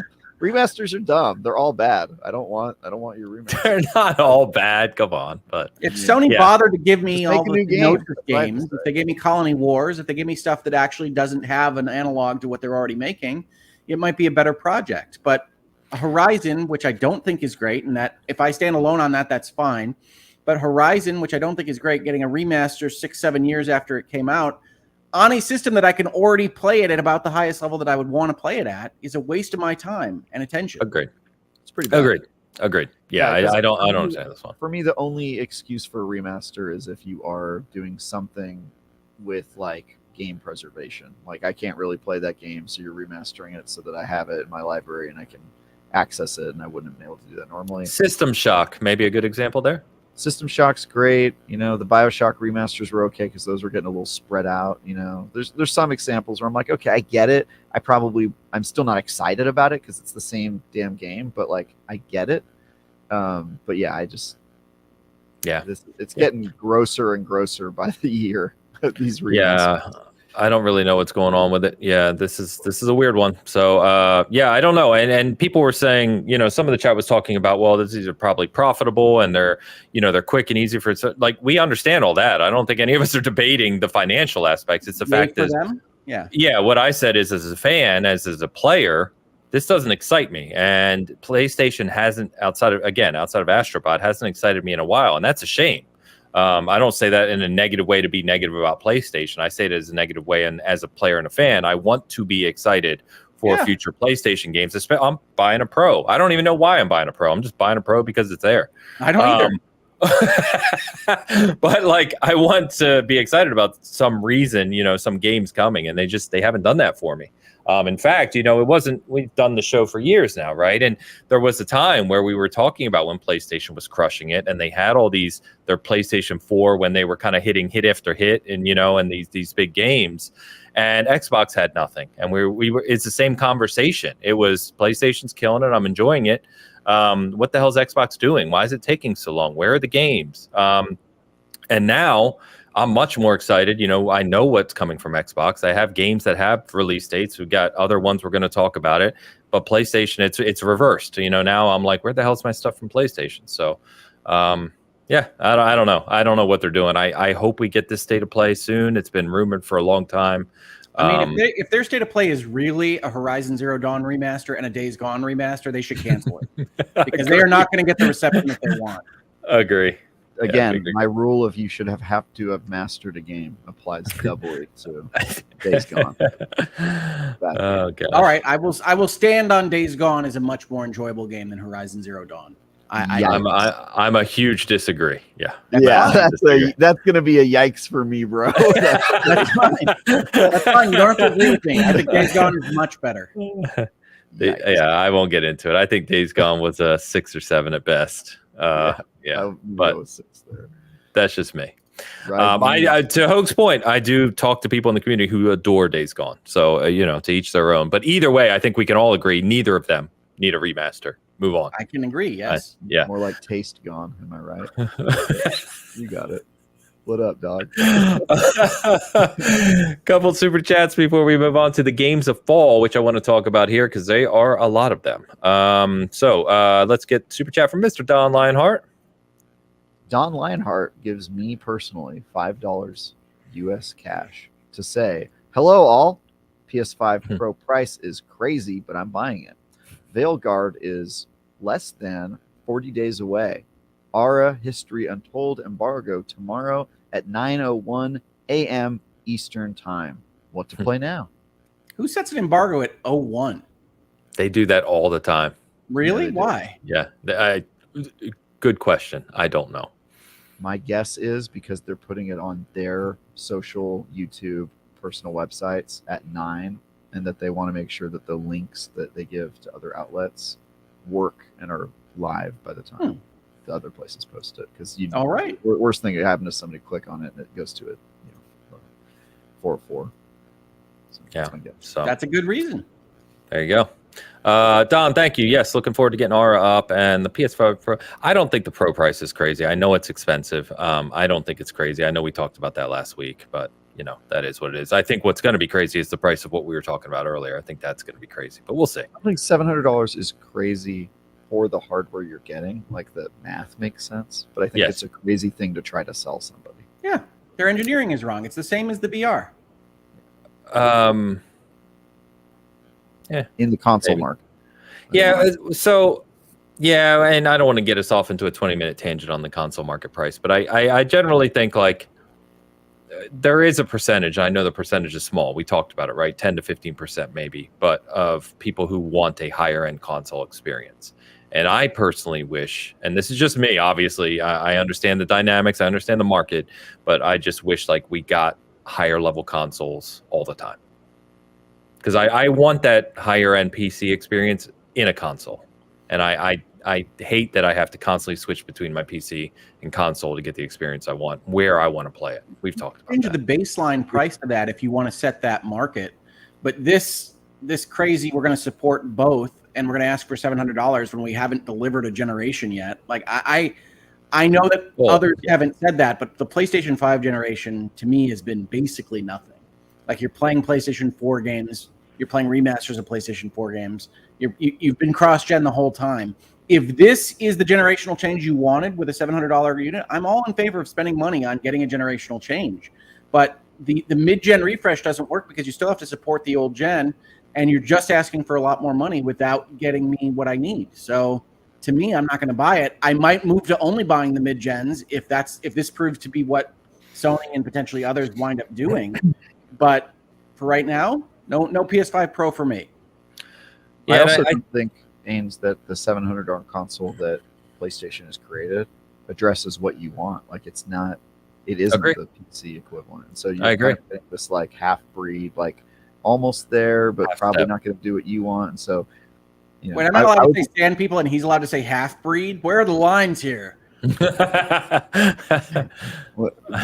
mudblood console, but I think because I would be okay if like the Series S for Xbox became the standard and it was like a $500 console that was like the equivalent, and then the Series X became like a $1,200 console, and they were like, don't buy this is for the crazy people. But you have to sort of set up your infrastructure to support that. Xbox would have to make games very differently and be a lot more like a PC in terms of like toggling stuff up and down. I just don't think that exists. I don't think it's what Sony's trying to do, and it strikes me as just hey, we realize that people on the high end aren't getting everything that they can get out of the PS5, and we're probably going to have games that don't hit 60 FPS if you're on the original PS5, and so they're just doing kind of like an incremental thing for the hardcore. I'll be more cynical than Travis is even on this. I would say they see that there's money that could be potentially in their pockets that is not in their pockets. I'm sure that's part of it, but they've created a console that they say will sell on these things that, again, they can't enforce against the people that are making the video games. And devs have proven time and time again that they want to go in a direction that leads to 30 frames per second because they like the screenshots. So I don't know that you're getting anything out of a PS5 Pro, but I'm not sure you got anything out of a PS5 or an Xbox Series X. Like, this has been a really disappointing generation. So I'm looking forward to the Switch 2, and that's about it in the console space. Yeah, we're going to be off on the tangent I was trying to avoid. But what I was going to say is, like, I think, generally speaking, we need to get out of the mindset, we collectively as a community, the generational divide and the generational gap that we grew up with, where you went from, Sega Master System to Sega Genesis, and you went from Nintendo to Super Nintendo, and then you went to Nintendo. Those days are gone. They're gone. It's not going to be the same. You're not going to look at the screen and be like, oh, this is clearly the next gen. There's too much blurring of the lines now. The technology just evolves in a different way. And so I was going to pull up Rick's comment here where he said, this is a bit of contentious point. We're kind of talking about it already.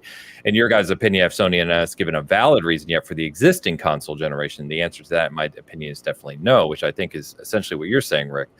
My only response to that, the other Rick, the only response to that I would say is, you may not. I agree with you, Hoeg, in the sense of from a game perspective, you may not be seeing everything you want to see that takes full advantage of current hardware. However, for anyone who truly believes this, I would tell you to go unplug your PS5 and your Xbox Series S and go plug in your Xbox One and your PS4.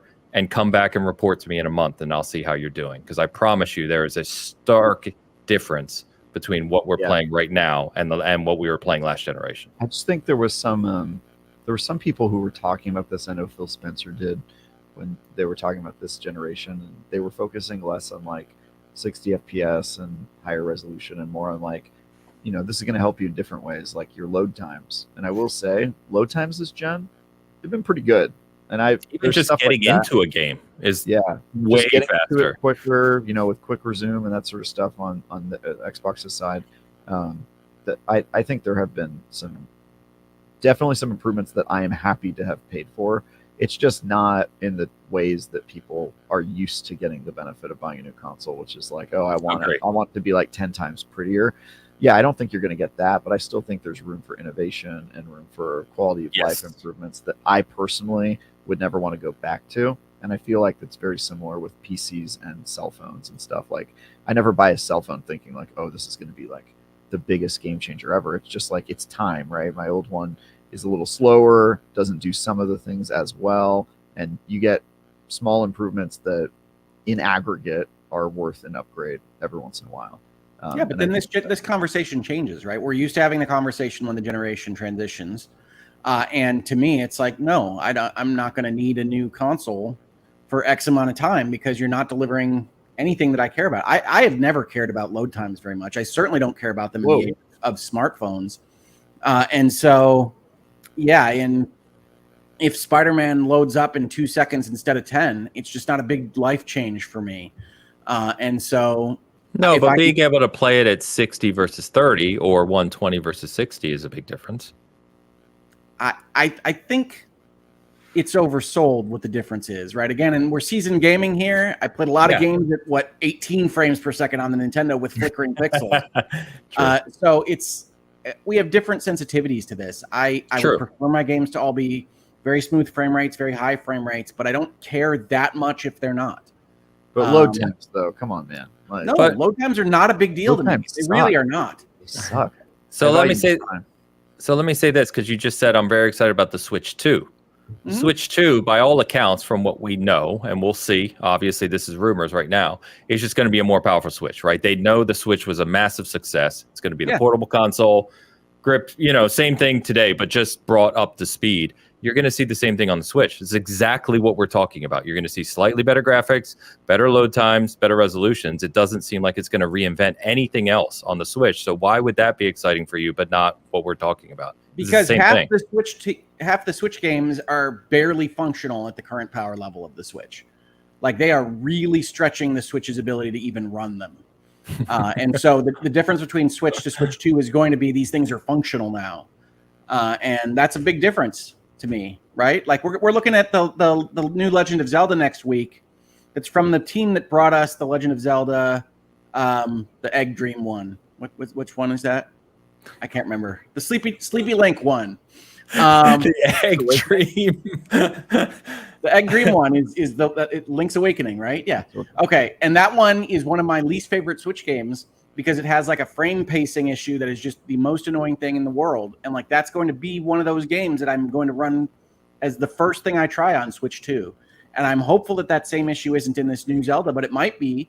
And the Switch 2 gives me the ability to say, okay, it'll be fixed next.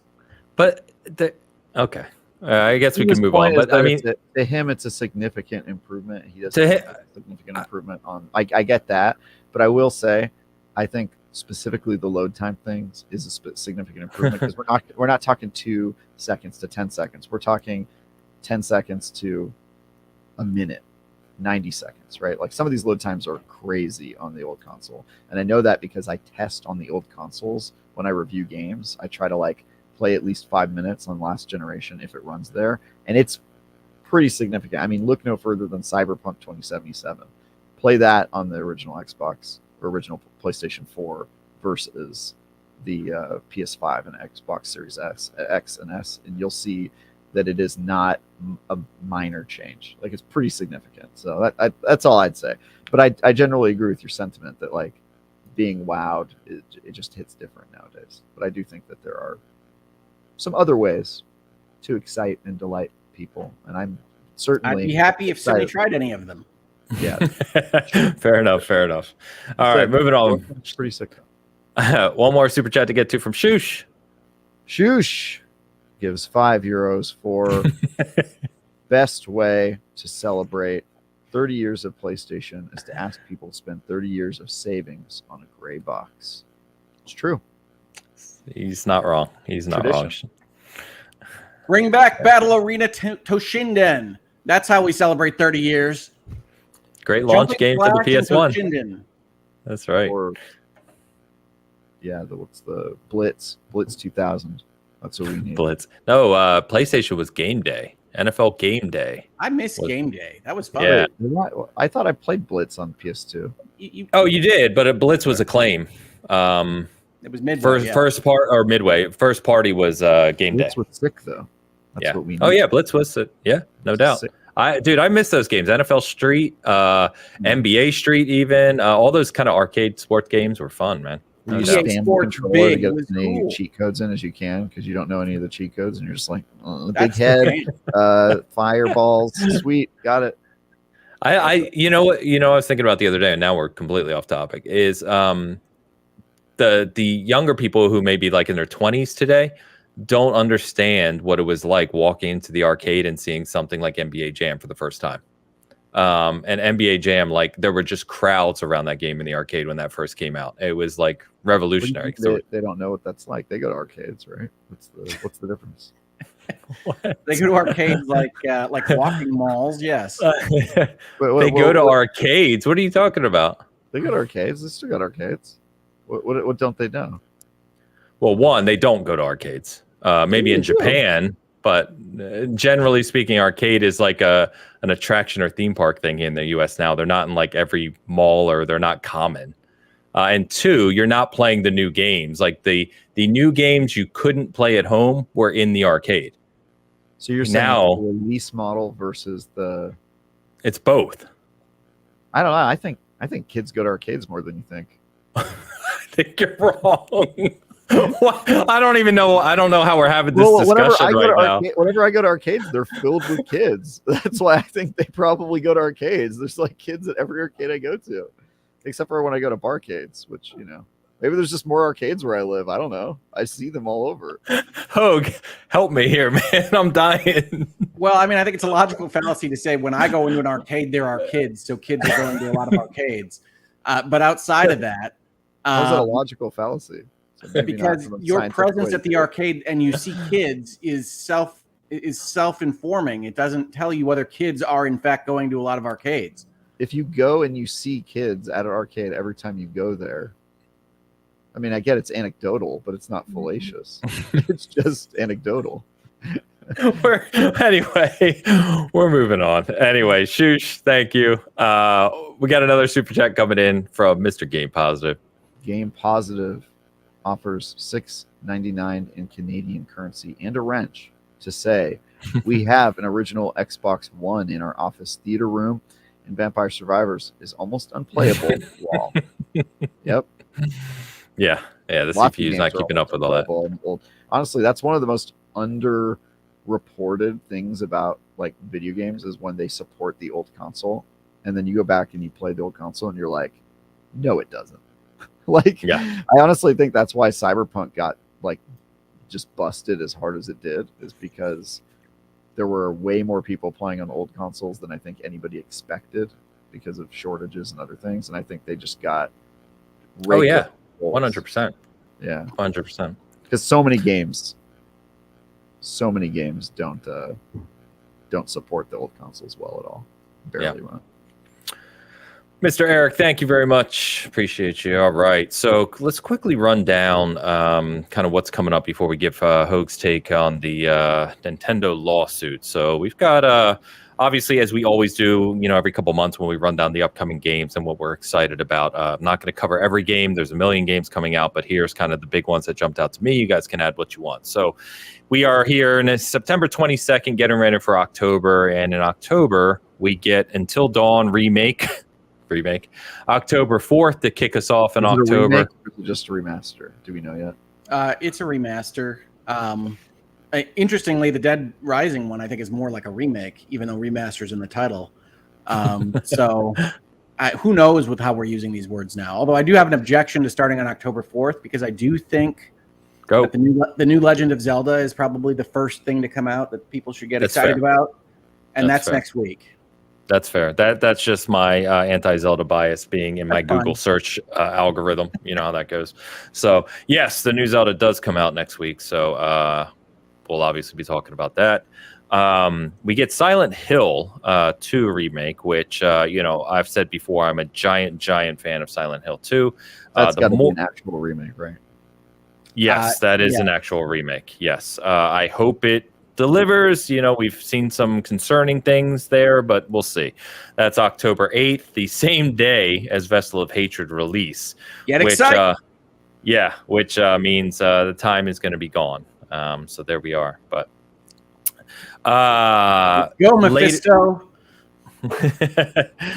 Later in that month, we get Super Mario Party Jamboree on October 17th. I put this one on there because, unlike Zelda, I do not have any bias against Super Mario Party, but I do believe it's been a while since we've gotten what I would call an excellent Super Mario Party, which I'm hoping this one is, because when do you have any evidence to suggest it might be, or are you just hoping against I do a little bit, because if you look at what they're doing here, they're pulling in some of kind of the classic aspects of the older Super Mario Party games that like the best ones. Like I always held up 3 as like one of the best, if not the best Super Mario Parties, and they're pulling those aspects down, where in the Super Mario Party they released a couple years ago was really basic. It didn't have like kind of those bigger boards and rule sets and stuff that the older ones had. So and That's different. about I it. hate their naming convention, but I agree Correct. that Jamboree looks to be their ultimate. Like Yeah. they're trying to make it the ultimate Super Mario Party.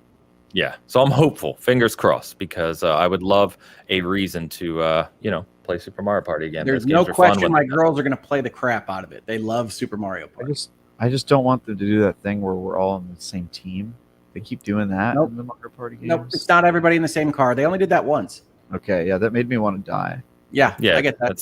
that's counter to the point. Like, So they only yeah, did it one time? Because I think I believe after the car that, was only once, but chat can correct me if I'm wrong. Again, their I naming is. kind of something I remember forget which seeing ones the I second, played. like, we're all teammates now, and I was like, I hate this. I don't want to be your teammate. I want to destroy you and steal all your stars.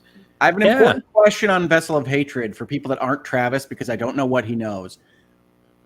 Ains, do you have any bet on whether Diablo will actually appear in Vessel of Hatred now? Is Diablo going to be in Diablo 4 at some point? very good question. I don't know, so I'll say that. Even though I'm reviewing Vessel of Hatred, I haven't had the insight that Travis has had. I don't think so. I think they're continuing this story, really focused on Mephisto as being the Yeah, we're definitely going to talk about Mephisto a lot. overarching evil. Yes, I'm curious if Diablo is going to make an appearance in his namesake game. it'll be interesting. So they only did Reapers, right, for Diablo 3 in terms of expansions. But Travis, correct me if I'm wrong, they have said quite a few times this is the first expansion. And when I hear them say first this many times, it leads me to believe that there are going to be more and we may get a curve of story after this one. So I will say, I know nothing special about the story of Diablo, so I can also speculate. I think that they were building toward Mephisto even in the main campaign, and I actually expected the main campaign to end with like a Mephisto turnabout where they were actually going to be the real villain. And we didn't get that, but I'm really excited. I think Mephisto is the scariest of the three. Mephisto's a cool one. I mean, I think he's cool to fight. He's the coolest one, and Diablo, he's just fear, which I don't know. We've beaten him a number of times. I get that. He's kind of just a big old brawny forehead of a demon. I don't really care about Diablo, to be honest. It's just like playing Dead Island 2 and not having an island. It just throws me a little bit. That's fair. That was my big criticism of Dead Island 2, funny enough. Yeah. Because there's no island, really? That there's no like about that. Not necessarily an island per se, but the fact that it's not just an open space like the island I could go explore. Yes. I kind of felt like the island was like because it was quarantined, like you were on an island. I didn't think of it as I really thought that they were going to have an earthquake that broke LA off of California. That'd be a hell of an earthquake. Yes, well, it's a video game. You can have a hell of an earthquake. But the fact that there was no island at all. Support that. That's all I'm saying. It's fair. I don't require my video games to match up with geology and tectonic forces. I see we have different standards for games. I take my tectonic plates very seriously. All right, my fault lines really important to me. Comes into a development planning session like, have you guys considered the tectonic plates of this area? Like, what are you doing? We need to get this right, guys. Also, it's LA. It's not Helle. What are you doing? Yeah. So I think I don't think we're gonna get Diablo. I think if that happens, it'll happen later. I think it's got to happen after maybe some of the other Ultra Demons, and I don't think we'll get it yet. I hope they focus on Mephisto, and I hope they do Mephisto justice because I think he's the most interesting demon. Yeah, it's gonna be. I'm excited. The Mephisto show. Vessel of Hatred is definitely the Mephisto show, and this season plot line has clearly been leading into like some. How do you feel about hatred? And how do you feel about Lilith and these various things where I'm like, these are fun stuff. This is fun stuff that Blizzard is messing with in the Diablo Sanctuary lore. And I'm excited for Vessel of Hatred because of the little story bits of this season as well. To that point, if you didn't know and you do get into Diablo, Blizzard, maybe last year, maybe early this year, they did a series of Diablo 4 lore videos, which were kind of artistic, like graphic novels almost, or like 10 minutes each. I think they did 4 of them. And they are voiced by Ellison. What's his name's? Forgetting the character. The main character in the game. They're voiced by Stay a while and listen. Yeah, essentially, but not Deckard Cain, but the guy like him in Diablo 4. I'm going blank. Lorath. Thank you. Thank you, Laura. Anyway, voiced by him. They're excellent. So if you want to, especially if you're getting excited for Vessel of Hatred and you haven't watched those, I recommend going back and watching them. They're really, really good. Thank you, chat. I should. I knew Katie would know. Katie had me covered. They've had some real fun with the lore, like the stuff that they have done with like Lilith, obviously a demon, but like, what's her deal? How are people interacting with her? And in Arius, like the stuff in Diablo 4 is vastly more interesting than the stuff in Diablo 3 to me. And really mirrors some of the stuff that they were asking in Diablo 2. And I think it's a lot of fun for somebody that likes story beats. And for some reason, Diablo 4 is able to have these little story bits and dialogue and all these various towns and things that are not really a plot line, but that work really well to set up their world. So, like, yeah, it's because one of the reasons why it's one of my favorite games, because I love Diablo 3 was them stepping their toes into live service and just like doing ongoing support, but poorly. Yeah, it wasn't. I wouldn't say it was poor. I would just say it was like thin. It was at launch. Yeah, and well, Diablo 3 had to be poor and thin for Diablo 4 to live. I'm okay with it. Exactly. I think that's it. They were sort of understanding, hey, actually, this sort of game could work as like an ongoing live service game, and then they built Diablo 4 to support that, and they changed their way their teams work to support that. Now that they have 3 separate teams all working on Diablo to stagger the content out. One of my favorite games. I'm halfway to leaving this video and just going and playing it right now. Yeah. So we have to stop talking about it. Well, you took us back here, Hoeg. I also find it very funny that you guys are talking about like the assuming that there's a second one because they keep talking about the first one. It's like, yeah, of course there's gonna be a first one. This is live service, dude. Like, there's gonna be lots of expansions, as many as they could possibly get out there. Well, I think we're heading back to the original continent at some point. Yeah, I mean, I think that's even part of what I've seen. Even Diablo 3 went on for 20 plus seasons, I think. So I think it's a foregone conclusion. That I think they're on like 30 something. Yeah. I remember the last one I played was like 18 or 19, and that wasn't that long ago. So I think they're. I don't think they're. I thought it was on like 32 or something. I could be wrong. Doesn't matter. It doesn't matter. But be wrong. I've not. But either way, just give me my Crusader back or Paladin, whatever you want to call them. I don't even call them something new. I'm looking forward to like my Aztec shape-shifting prince. Oh, me too. I will say, by the way, the Crusader makes absolutely no sense in Diablo 4. I don't care what you think. You know, it doesn't make sense though. In the lore, they're like a bad faction. It doesn't make sense. I know. Again, you'd have to have a misguided Crusader as your background, but like the Cathedral of Light is bad but misguided, not evil. Yeah, I know people differ with me on this. Yeah, I think they're misguided. I think they're more evil than the demons, to be honest. They're pretty bad. I don't even care about the lore. Just give me the character. By the time Diablo 4 is finished in updates, I want the class. I just want the class to be able to play. There are 2 types of gamers. Haynes just going, I don't care about the story. Give me the class. God, no, I do agree. The story, I really enjoy what they've done before. I agree with everything you guys said. Yeah, I've played through the campaign a couple of times now, and it's like it really, really works. And it's not what you're expecting, so it's hard to play it the first time, but it really works. I liked it better the second time than the first. Yep, so did I. Yeah. And I liked it the first, but I liked it more the second.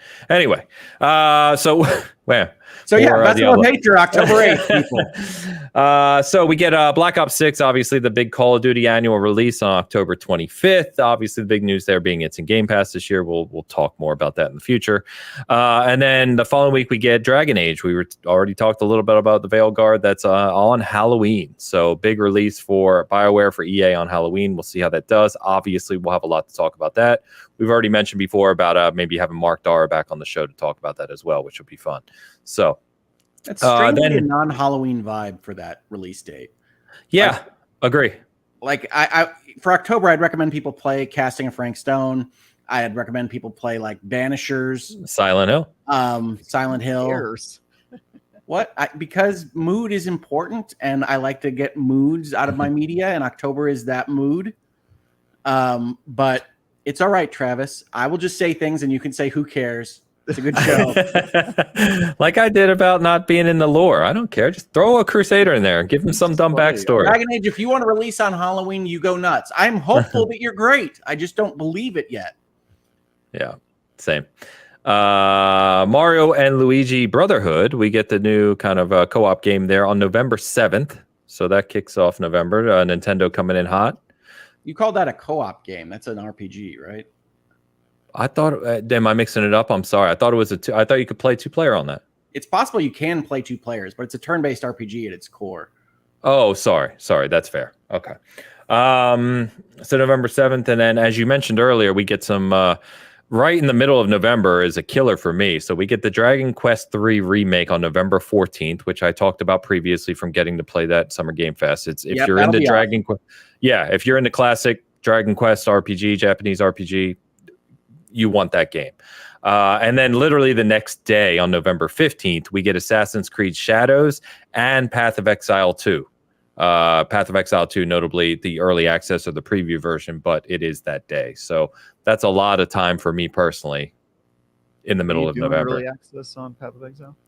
I am, and I'm reviewing Assassin's Creed Shadows. So I'm hoping that I can get Shadows completed, get that out the door, and then be open to play Path of Exile 2 on release. Cupcake shop stuff right there. Bakery. It's a bakery. Although we may need to add cupcakes. My inventory is expanding. So Brothership, Dragon Quest, and Shadows is a great week. I'm looking forward to that week. It's a big week. And then literally less than a week from that, we get Stalker 2 finally. The game's been delayed a few times. We've talked about that one at length too, but I'm excited about Stalker 2, and that comes November 20th. So it's just way too much time. Hey, on this list, where's Metaphor? Forgotten, because I put this list together quickly. Metaphor is early October, isn't it? We just talked about that. Someone hit me with the release date, so I'm not typing while I'm talking. But yes, Metaphor is early October, which makes things even worse because those games take a ton of time. And that means that Metaphor is also coming out around Vessel of Hatred and Silent Hill 2. And you mean even better? Metaphor, Brothership, Dragon Quest, Shadows, November, folks. Get excited. This is going to be awesome. People are already playing Metaphor right now. I need to retire. I want to kill you, man. Stop telling me people are playing Metaphor already. Not me. I'm not playing it, but maybe somebody at the IGN barbecue yesterday. October 11th for Metaphor. Thank you both in the chat. So yeah, sorry I missed that one. But yeah, only 3 days after Vessel of Hatred. Fantastic. Great job, developers, publishers. What a month. Killing me, man. Good question here from Rick, which actually I did talk to some people offline about, which, Ains, if you manage to secure a Pro, will you be reviewing Shadows on PS5 to compare? And my answer is yes. In fact, I actually said that I'm going to be reviewing on PS5 because the Pro releases 1 week before Shadows does. Now, of course, I don't know if Ubisoft will have the Pro patch ready in time for the review period, so not sure. But yes, my goal is to do that, yes. And then we close out the year, and I might have missed some more here, but we close out the year. Marvel Rivals was very popular in beta. That comes out officially on December 6th.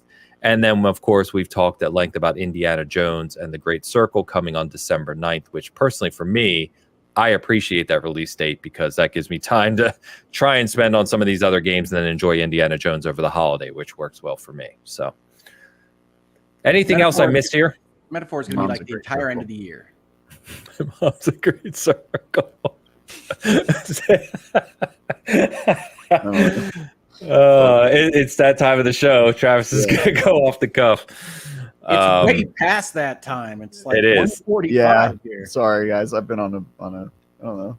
Just I was in Boston all week. All the people that are here to hear about Nintendo versus Palworld. Thank you for waiting. Yes, thank you for hanging out with us. But here we are. We're there. So great games coming. Obviously, a lot of reviews and impressions for us to talk about in the coming weeks. So stay tuned, including, of course, Vessel of Hatred, which we're super excited to get into. So it's such a great list. I love that list so much. Okay. It's amazing. It really is amazing. As we always say, there's not enough time for all this. But the only thing I would add to that list, which shouldn't be on the list separately anyway, is that Alan Wake 2 is going to get its second and last expansion in October as well. Okay. All right. Very good. All right. So Nintendo announces this week that they are suing Palworld, and as tends to happen on social media, I immediately saw everyone blow up of course this was coming, this and that, all kinds of things. And you, Hoeg, as you usually do in this space, rightly pointed out, which helped me, point out that it was not copyright infringement they were suing for. It was patent infringement. And my knowledge of those things ends at that point of saying that sentence. So please, can you educate our audience and anyone interested in this, at least at a high level, because I know you want to do more detailed reviews or overviews of this on your channel. But generally speaking, what are we looking at here? Yeah, I mean, the 30,000-foot perspective here is that it's important that it's a patent suit and not a copyright suit. And I wanted to do a video on this. This news came out on Wednesday of this last week, but for various reasons, I wasn't able to this week or weekend. So I will almost certainly be doing a video on this coming week, but I still have to find a window to get it done. But the first upshot point for folks to take away, and this will probably be the lead of my video eventually, is that Palworld is very likely to be okay out of this set of events. And you'll see various articles about what this means and various people trying to guess at what patent they're even suing over, because Nintendo did not grace us with the patent information. So to go higher level than even that, copyright infringement is what everybody thought that Nintendo would sue over, because the pals in Palworld have the aesthetic and design, let's say vibe, Ains, of Pokemon. Right. And one of the things that I was asked a lot about and gave quotes and interviews on was the notion that you don't actually get to copyright vibes. You don't get to copyright the notion of an electric mouse. You don't get to copyright these various things. It's only the specifics that are protected, the expression, not the idea. But there is a way to end around some of that the U.S. courts look askance at. Some other international courts, like Japan's, where this lawsuit is filed, might not look as askance at, and that is to go and protect the design that you have put into a game or a piece of software or something else. You can get a patent. And the difference between copyrights and patents is that patents protect inventions. They protect novel expressions of ideas, not new concepts, right? And copyright is for the entirety of a new work of art. Right? You don't actually invent a book that you wrote. You make it entirely out of whole cloth, and copyright protects that. An invention is something different, and patents are only going to protect the very specifics of what you have registered to have patent protected. And that's why when this lawsuit came out, and the people that weren't confused that this was a copyright lawsuit, which was about half of them, went and started looking at Nintendo and Pokemon Company's patents to figure out what they might be trying to seek protection from. And the one that people have really circled around, and there was an IGN article talking about analysts discussing this specific patent, is a patent that Nintendo registered in Japan in 2021 for essentially throwing something out onto a virtual field and capturing something with it. And that might sound too broad, but again, we need to remember that they're not protecting the idea of throwing a Pokeball and capturing a monster. They're protecting the expression of that idea. So even though the abstract reads that broadly, that is just the abstract of a patent. The actual patent will have how this is done in software, what steps we take to evaluate where the character is, where the monster is, how you throw it, how you direct that, what happens when it gets thrown, all these various things that are more narrow than just the broad precept of I throw something and a monster gets caught in it. And so that might be what Nintendo is suing over. It is notable that Nintendo did not put in their press release what they're suing over. That could be for a number of reasons. One of which could be that they don't feel like that would be a great press release to have, that people would come down hard on them for something like we protected Pokeball throwing, or because they don't want Palworld to have foreknowledge of it and change it in advance. I mean, there's a number of reasons why they might do that, but because it's not a copyright infringement case, you can take a couple of things away. The most important thing is that Nintendo also agrees that they probably don't have a copyright infringement case, because copyright infringement would be better for Nintendo. Copyright infringement on this type of thing would mean you have to take the whole game away. This is infringing on our stuff. You just have to wipe it off the face of the earth and probably disgorge your profits back to us on an infringement claim. Wow. And that's American law. I think one disclaimer I have to give is I'm an American lawyer. I'm not a Japanese lawyer. This lawsuit is filed in Japan. But because of the way intellectual property is protected in the world through treaties and other international agreements between these parties, patents, trademarks, and copyrights all are defined very similarly. It's just the different court systems and different jurisdictions that might interpret them slightly differently. So Japan is known for being a little bit more aggressive in allowing patents of this type and in protecting Japanese companies, which are both Nintendo and Pocket Pair, on this. So we can expect that Nintendo thinks they have a winning case here, but the settlement, if any, for something like this would be to change it, right? if Pocket Pair says, all right, are you okay with us grabbing them in a digital card? You might be familiar with that from other Pokemon-like games, or putting them in a cassette tape or something else. Can we do that, and we can give you some money to settle this and otherwise live on? Then Nintendo is going to be okay with that. So Nintendo is looking to get something out of this, change the rules, and hurt Pocket Pair and Palworld because of the design sensibilities. But they understand that legally they probably don't have a case there, so they're using a different method to get to a similar place. But unlike a copyright infringement claim, Pocket Pair is almost certainly going to be able to change aspects of its game if it has to, and settle for some amount of money that is not all the profits that is made. And because Palworld has done so well, they have a lot of money to play with in terms of settling this with Nintendo. So my anticipation here, and I will say this again in my video, and I will discuss this at more length than just this summary, is that what you are likely to see is a settlement. What you are likely to see is Palworld changing a couple of aspects of how it functions. It might be this throwing the ball out. It might be the way that the graphics are rendered or animated. We don't know what Nintendo is suing over right now, so we can't talk about whether or not Nintendo has a good case. But it's likely that they'll be able to change some things, write a check, and keep Palworld, if you love Palworld, mostly the same for if you love experiencing that game. And that's how I see things playing out right now.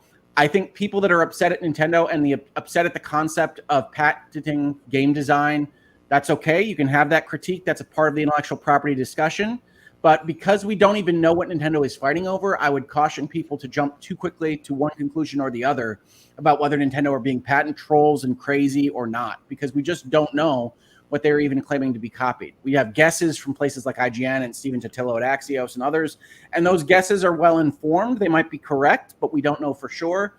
So I don't think anybody should be sitting out there in my mentions saying, well, I think Nintendo should fail at this or they should succeed at this, and Pocket Pair had to know this was coming, and et cetera, because we're still a number of steps away from being able to evaluate on that point.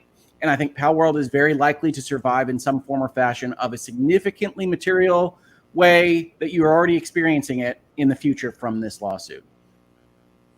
Very well said, as always, Hoeg. Thank you. Our chat was asking about the patent itself, and as you said, they don't know. And someone was asking if Pocket Pair knows, but it sounds like Pocket Pair doesn't even know yet. So Pocket Pair's statement from the day after the Nintendo press release went out said that they don't know yet. Now, what could happen there, and the best guess, and I've given this quote to a couple of outlets that you might see around the internet today and yesterday, is that I can't speak to the Japanese filing system. Ordinarily in the United States, you would be served process. You would receive a copy of the complaint. That complaint would say, these are the patents we are alleging that you have infringed. Here's how you've infringed them. And that's the information you need as a defendant to decide what you're going to do about it, right? Yes. It is possible that in the Japanese, I believe they filed in Tokyo City, in the Japanese system, you get a notice that you're a named party in a lawsuit, which does happen in some jurisdictions. And that's what Pocket Pair reacted to, but they didn't have the copy of the complaint yet. Got it. Now, Pocket Pair probably has the complaint now. Nintendo has said it's filed. If Pocket Pair got notice of the filing, then it is an active lawsuit. But the Western journalists aren't able to go and figure out how that is filed in Japan and find it, or at least I haven't seen anybody find it. And neither Pocket Pair nor Nintendo is talking about the patent specifically. So you can take what you want speculatively out of that, but we here commenting on the nature of the thing can't do so fully because we don't know what Nintendo is accusing them of infringing. We know it's not the design. We know it's not a copyright claim. So it's not how these guys look. It is some function of how the game operates, or like I said, it could be a specific way that they're rendered. I mean, one of the things I said about Palworld was that they do really capture a Pokemon vibe in some specific ways. And it's possible that Nintendo has certain patents of artistic expression and ornamental design that we can't guess at right now. And that might prove to be something that is more amenable to people in the long run. But the fact that Nintendo didn't mention what patents it was is a little bit suspect to me, because generally speaking, if you have a strong case, you go out with it. You say, this is how they're cheating and why, and especially when you know that you have a fan base that is going to back up Pokemon and Nintendo and have been looking for you to sue this company for a while. The fact that they don't suggests to me that they know that this is going to look iffy to Nintendo players, Pokemon players, and video gamers in general. And that doesn't surprise me, because every time I've written about patents in software and video games, like with respect to Warner Brothers patenting the Nemesis system. Gamers react very negatively to the very concept of software design patents. And I think that's probably wrong. I'm a lawyer. I like intellectual property protections of this type. I think they can function very well. But if Nintendo believes that they have a fairly weak patent that is going to be challenged not just in court but by the gaming community in general, they might hide the ball there, and that might be what's happening. Yeah. So what I'll say is that, as somebody who's been reading press releases from Nintendo for years where they announce that they're suing people over various copyright and patent infringements, is that it's actually very unlike Nintendo to not specifically cite what they're suing over. That's usually like in the headline, right? Where they were suing people, and still are, over various like Wii motion control related stuff for like years. And it's always in the headline. It's like, yeah, look, we have a patent on this specific technology. We have a patent on this specific idea. And they are pretty bullish about like shoving that in people's faces. And I think, there's the old saying that like if you don't protect your IP, it sort of becomes public domain by default, and then you could potentially have somebody point at your lack of protecting it as evidence that it doesn't really belong to you anymore, right? Which is not really how patents and copyright works. But yes, true. I know that vibe is out there on the internet. Yeah, exactly. And I think at least I've talked to a developer who said that they have seen that argument used in court as well with some. Yeah, you can argue latches, you can argue estoppel, but it doesn't usually work. But I do think I'm a big fan of intellectual property and people getting rewarded for taking the risk of inventing things, right? And so I think patents make sense. But I think at a certain point they are unhelpful and start to actively hurt the idea of competition, right? And so I think certain you can get a little petty with it. The way and lots of companies do. And Nintendo might be a patent troll here. If that throwing a ball onto a monster on the field is what they wind up suing over, I think that's probably a patent that was invalidly granted. Based on what they've actually shown, because you're not supposed to get a patent that essentially a person of reasonable intelligence in your field can imagine from the existing state of the whatever you're talking about, in this case a video game, right? So if the big difference is you're not throwing a ball at a turn-based monster, but you're throwing a ball at a character in a virtual 3D field, I think that you argue that that's not novel, and that a reasonable person in the industry could have discovered that from what we call prior art in intellectual property. So I think that's a reasonable argument to say that maybe this patent shouldn't have been granted. And I think that in the United States, what I saw from this particular patent is that it's still I believe it's still just a application. I don't believe it's registered here yet. And so there might be some back and forth on this kind of thing from the USPTO, because what the patent office is supposed to do is evaluate your application for things like prior art and whether or not a reasonable person could come up with this idea on their own, because we don't want to give that monopoly for something that isn't real, right? We want intellectual property to give you value for inventing things, but we don't want to create a situation where everybody that's creative and inventing things on their own has to worry about the 2 million things that are out there and registered in the world because you've granted something on everything possible.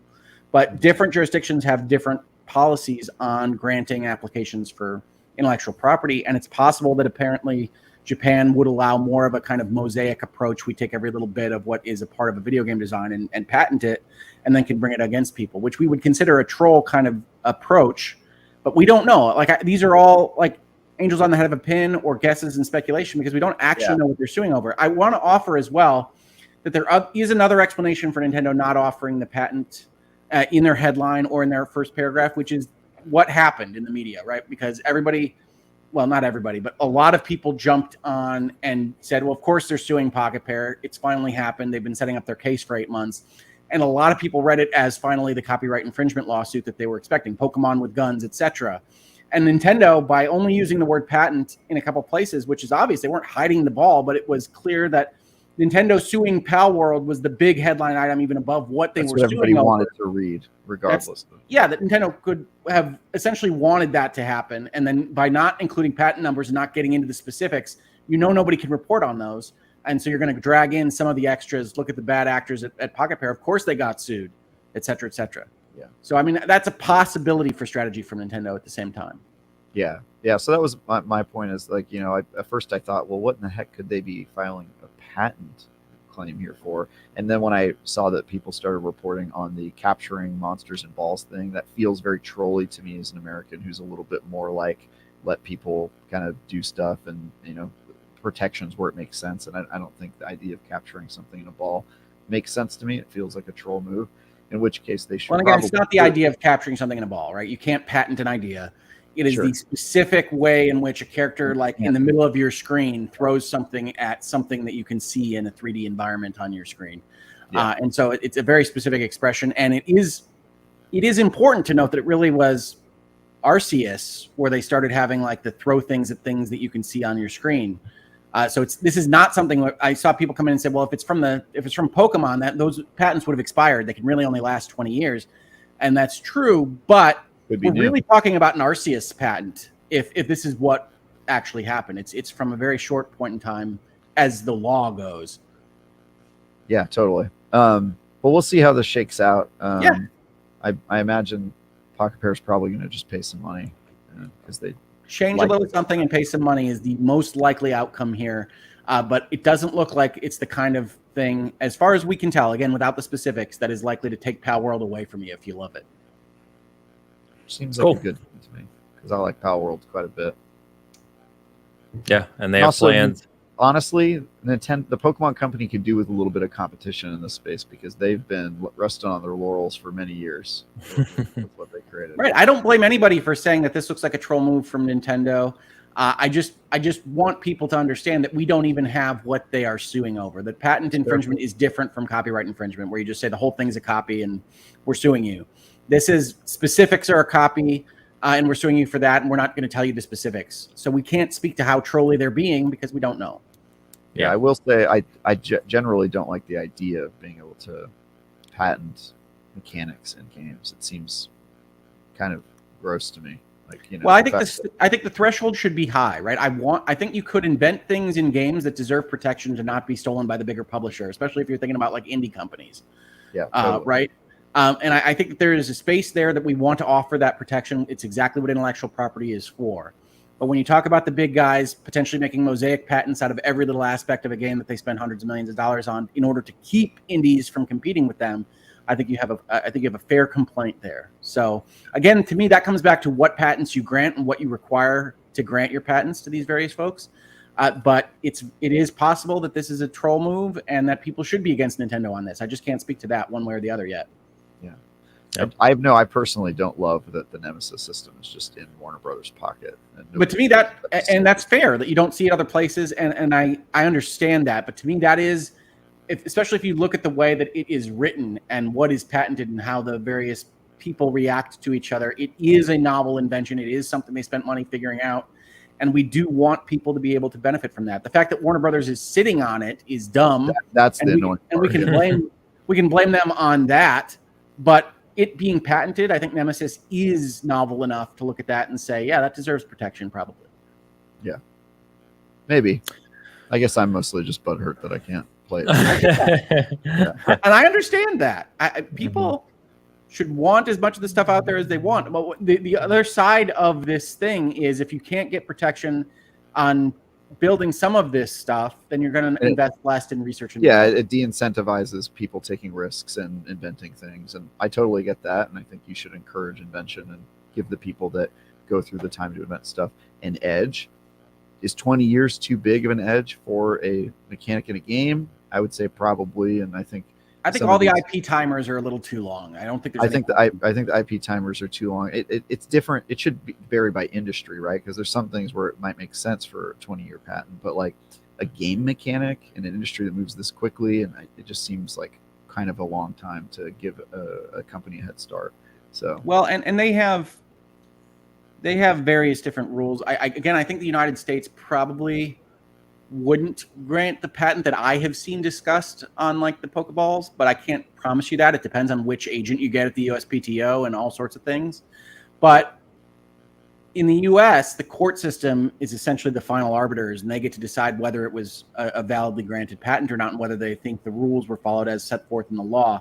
My understanding in Japan is that the Japanese patent office doesn't have quite the same level of scrutiny from their court system on this, and so it might be that Nintendo does have patents that wouldn't necessarily be granted in other jurisdictions. It doesn't mean that Japan is wrong. It means that they have different policies there, and different jurisdictions have those policies because they're sovereign nations. So I can't speak to that, but I can say that if it is just the Pokemon balls in the field, I understand everybody feeling bad about it. And so we'll see what it is eventually. Somebody's going to release the complaint at some point, and then we can move forward from there. That was originally what I was holding my video for, was I figured we'd get that in a couple days. The fact that Pocket Pair apparently is also holding on to it is another surprise. So I don't know. All right. Well, as always, Hoeg, thank you for the summary and the overview. Obviously, as you said, we'll talk more about it when there's more details to be had. Obviously, stay tuned for Hoeg's channel for his more detailed videos, and we'll touch on those in the future. So I think that's going to wrap us up for today. Let's go ahead and start wrapping this up. Tight 3 hours. Tight 3 hours. Yeah, it just flies by. So on the Season Gaming side, we do have our Astrobot vid up. You can check that out. We've got the Aura History Untold review coming tomorrow. And we're also reviewing a little indie horror game called Numata. You may want to check out as well if you're interested in that. So that'll be coming up. Let me hand it over to Travis. What you got going on this week, man? Anything before Vessel of Hatred? Yeah, I mean, I've got the Satisfactory review. I think last time I was on, I was still reviewing progress status, so that review is finished. And it also has a video review. Yeah, you can watch that. I played that game for a lot of time. It was crazy. And my review is being trashed for not playing the game enough, because I only played it for 135 hours. So yeah, that's the world I'm in right now. You guys should see the comments; they're very funny. But I will say, Travis, do you just accept that any review you write is going to be trashed? Yes, like, no matter what you say. Always. Yeah, always. Bring it on! I say, it doesn't matter to me at all. But I will say it's very funny. The this review I had, I sort of knew what the audience was going to be annoyed by, right? I knew the things that they were going to object to. And so I leaned into them as much as possible in the YouTube reviews. Like, people really don't like it when you don't build foundations and make organized factories. So I made my factory just the most chaotic. And then I put clips in of me almost doing it the way the community wants me to do it, and then switching and doing it the way that they hate. So I had this beautiful experience where this week I was on the plane flying back, and I pulled up the YouTube video and I just started reading the comments, and people were losing their minds at these specific things I was doing. And it brought so much joy to me. Anyway, had a lot of fun with that. And yeah, so you can watch that. And then I've got my Diablo review coming up, but it's going to be slower for me for the end of the week, or the end of the year, because we have just fewer freelance reviews going out. So. Okay. Cool. I also forgot to mention, and I know, Hoeg, you talked about this a little while ago, but V Rising impressions. So Eric has played a lot of V Rising a couple months post-release now. He wrote a long article about why he really, really enjoyed it. Yeah, I'll check it out. It's a great game. Yeah, it's basically a semi-review, but, it's obviously coming a few months post-release. So, but that's up on the site right now as well. You can check that out. So, Hoeg, anything else? Obviously, we just talked about Pocket Pair and Nintendo. Anything else you want to shout out?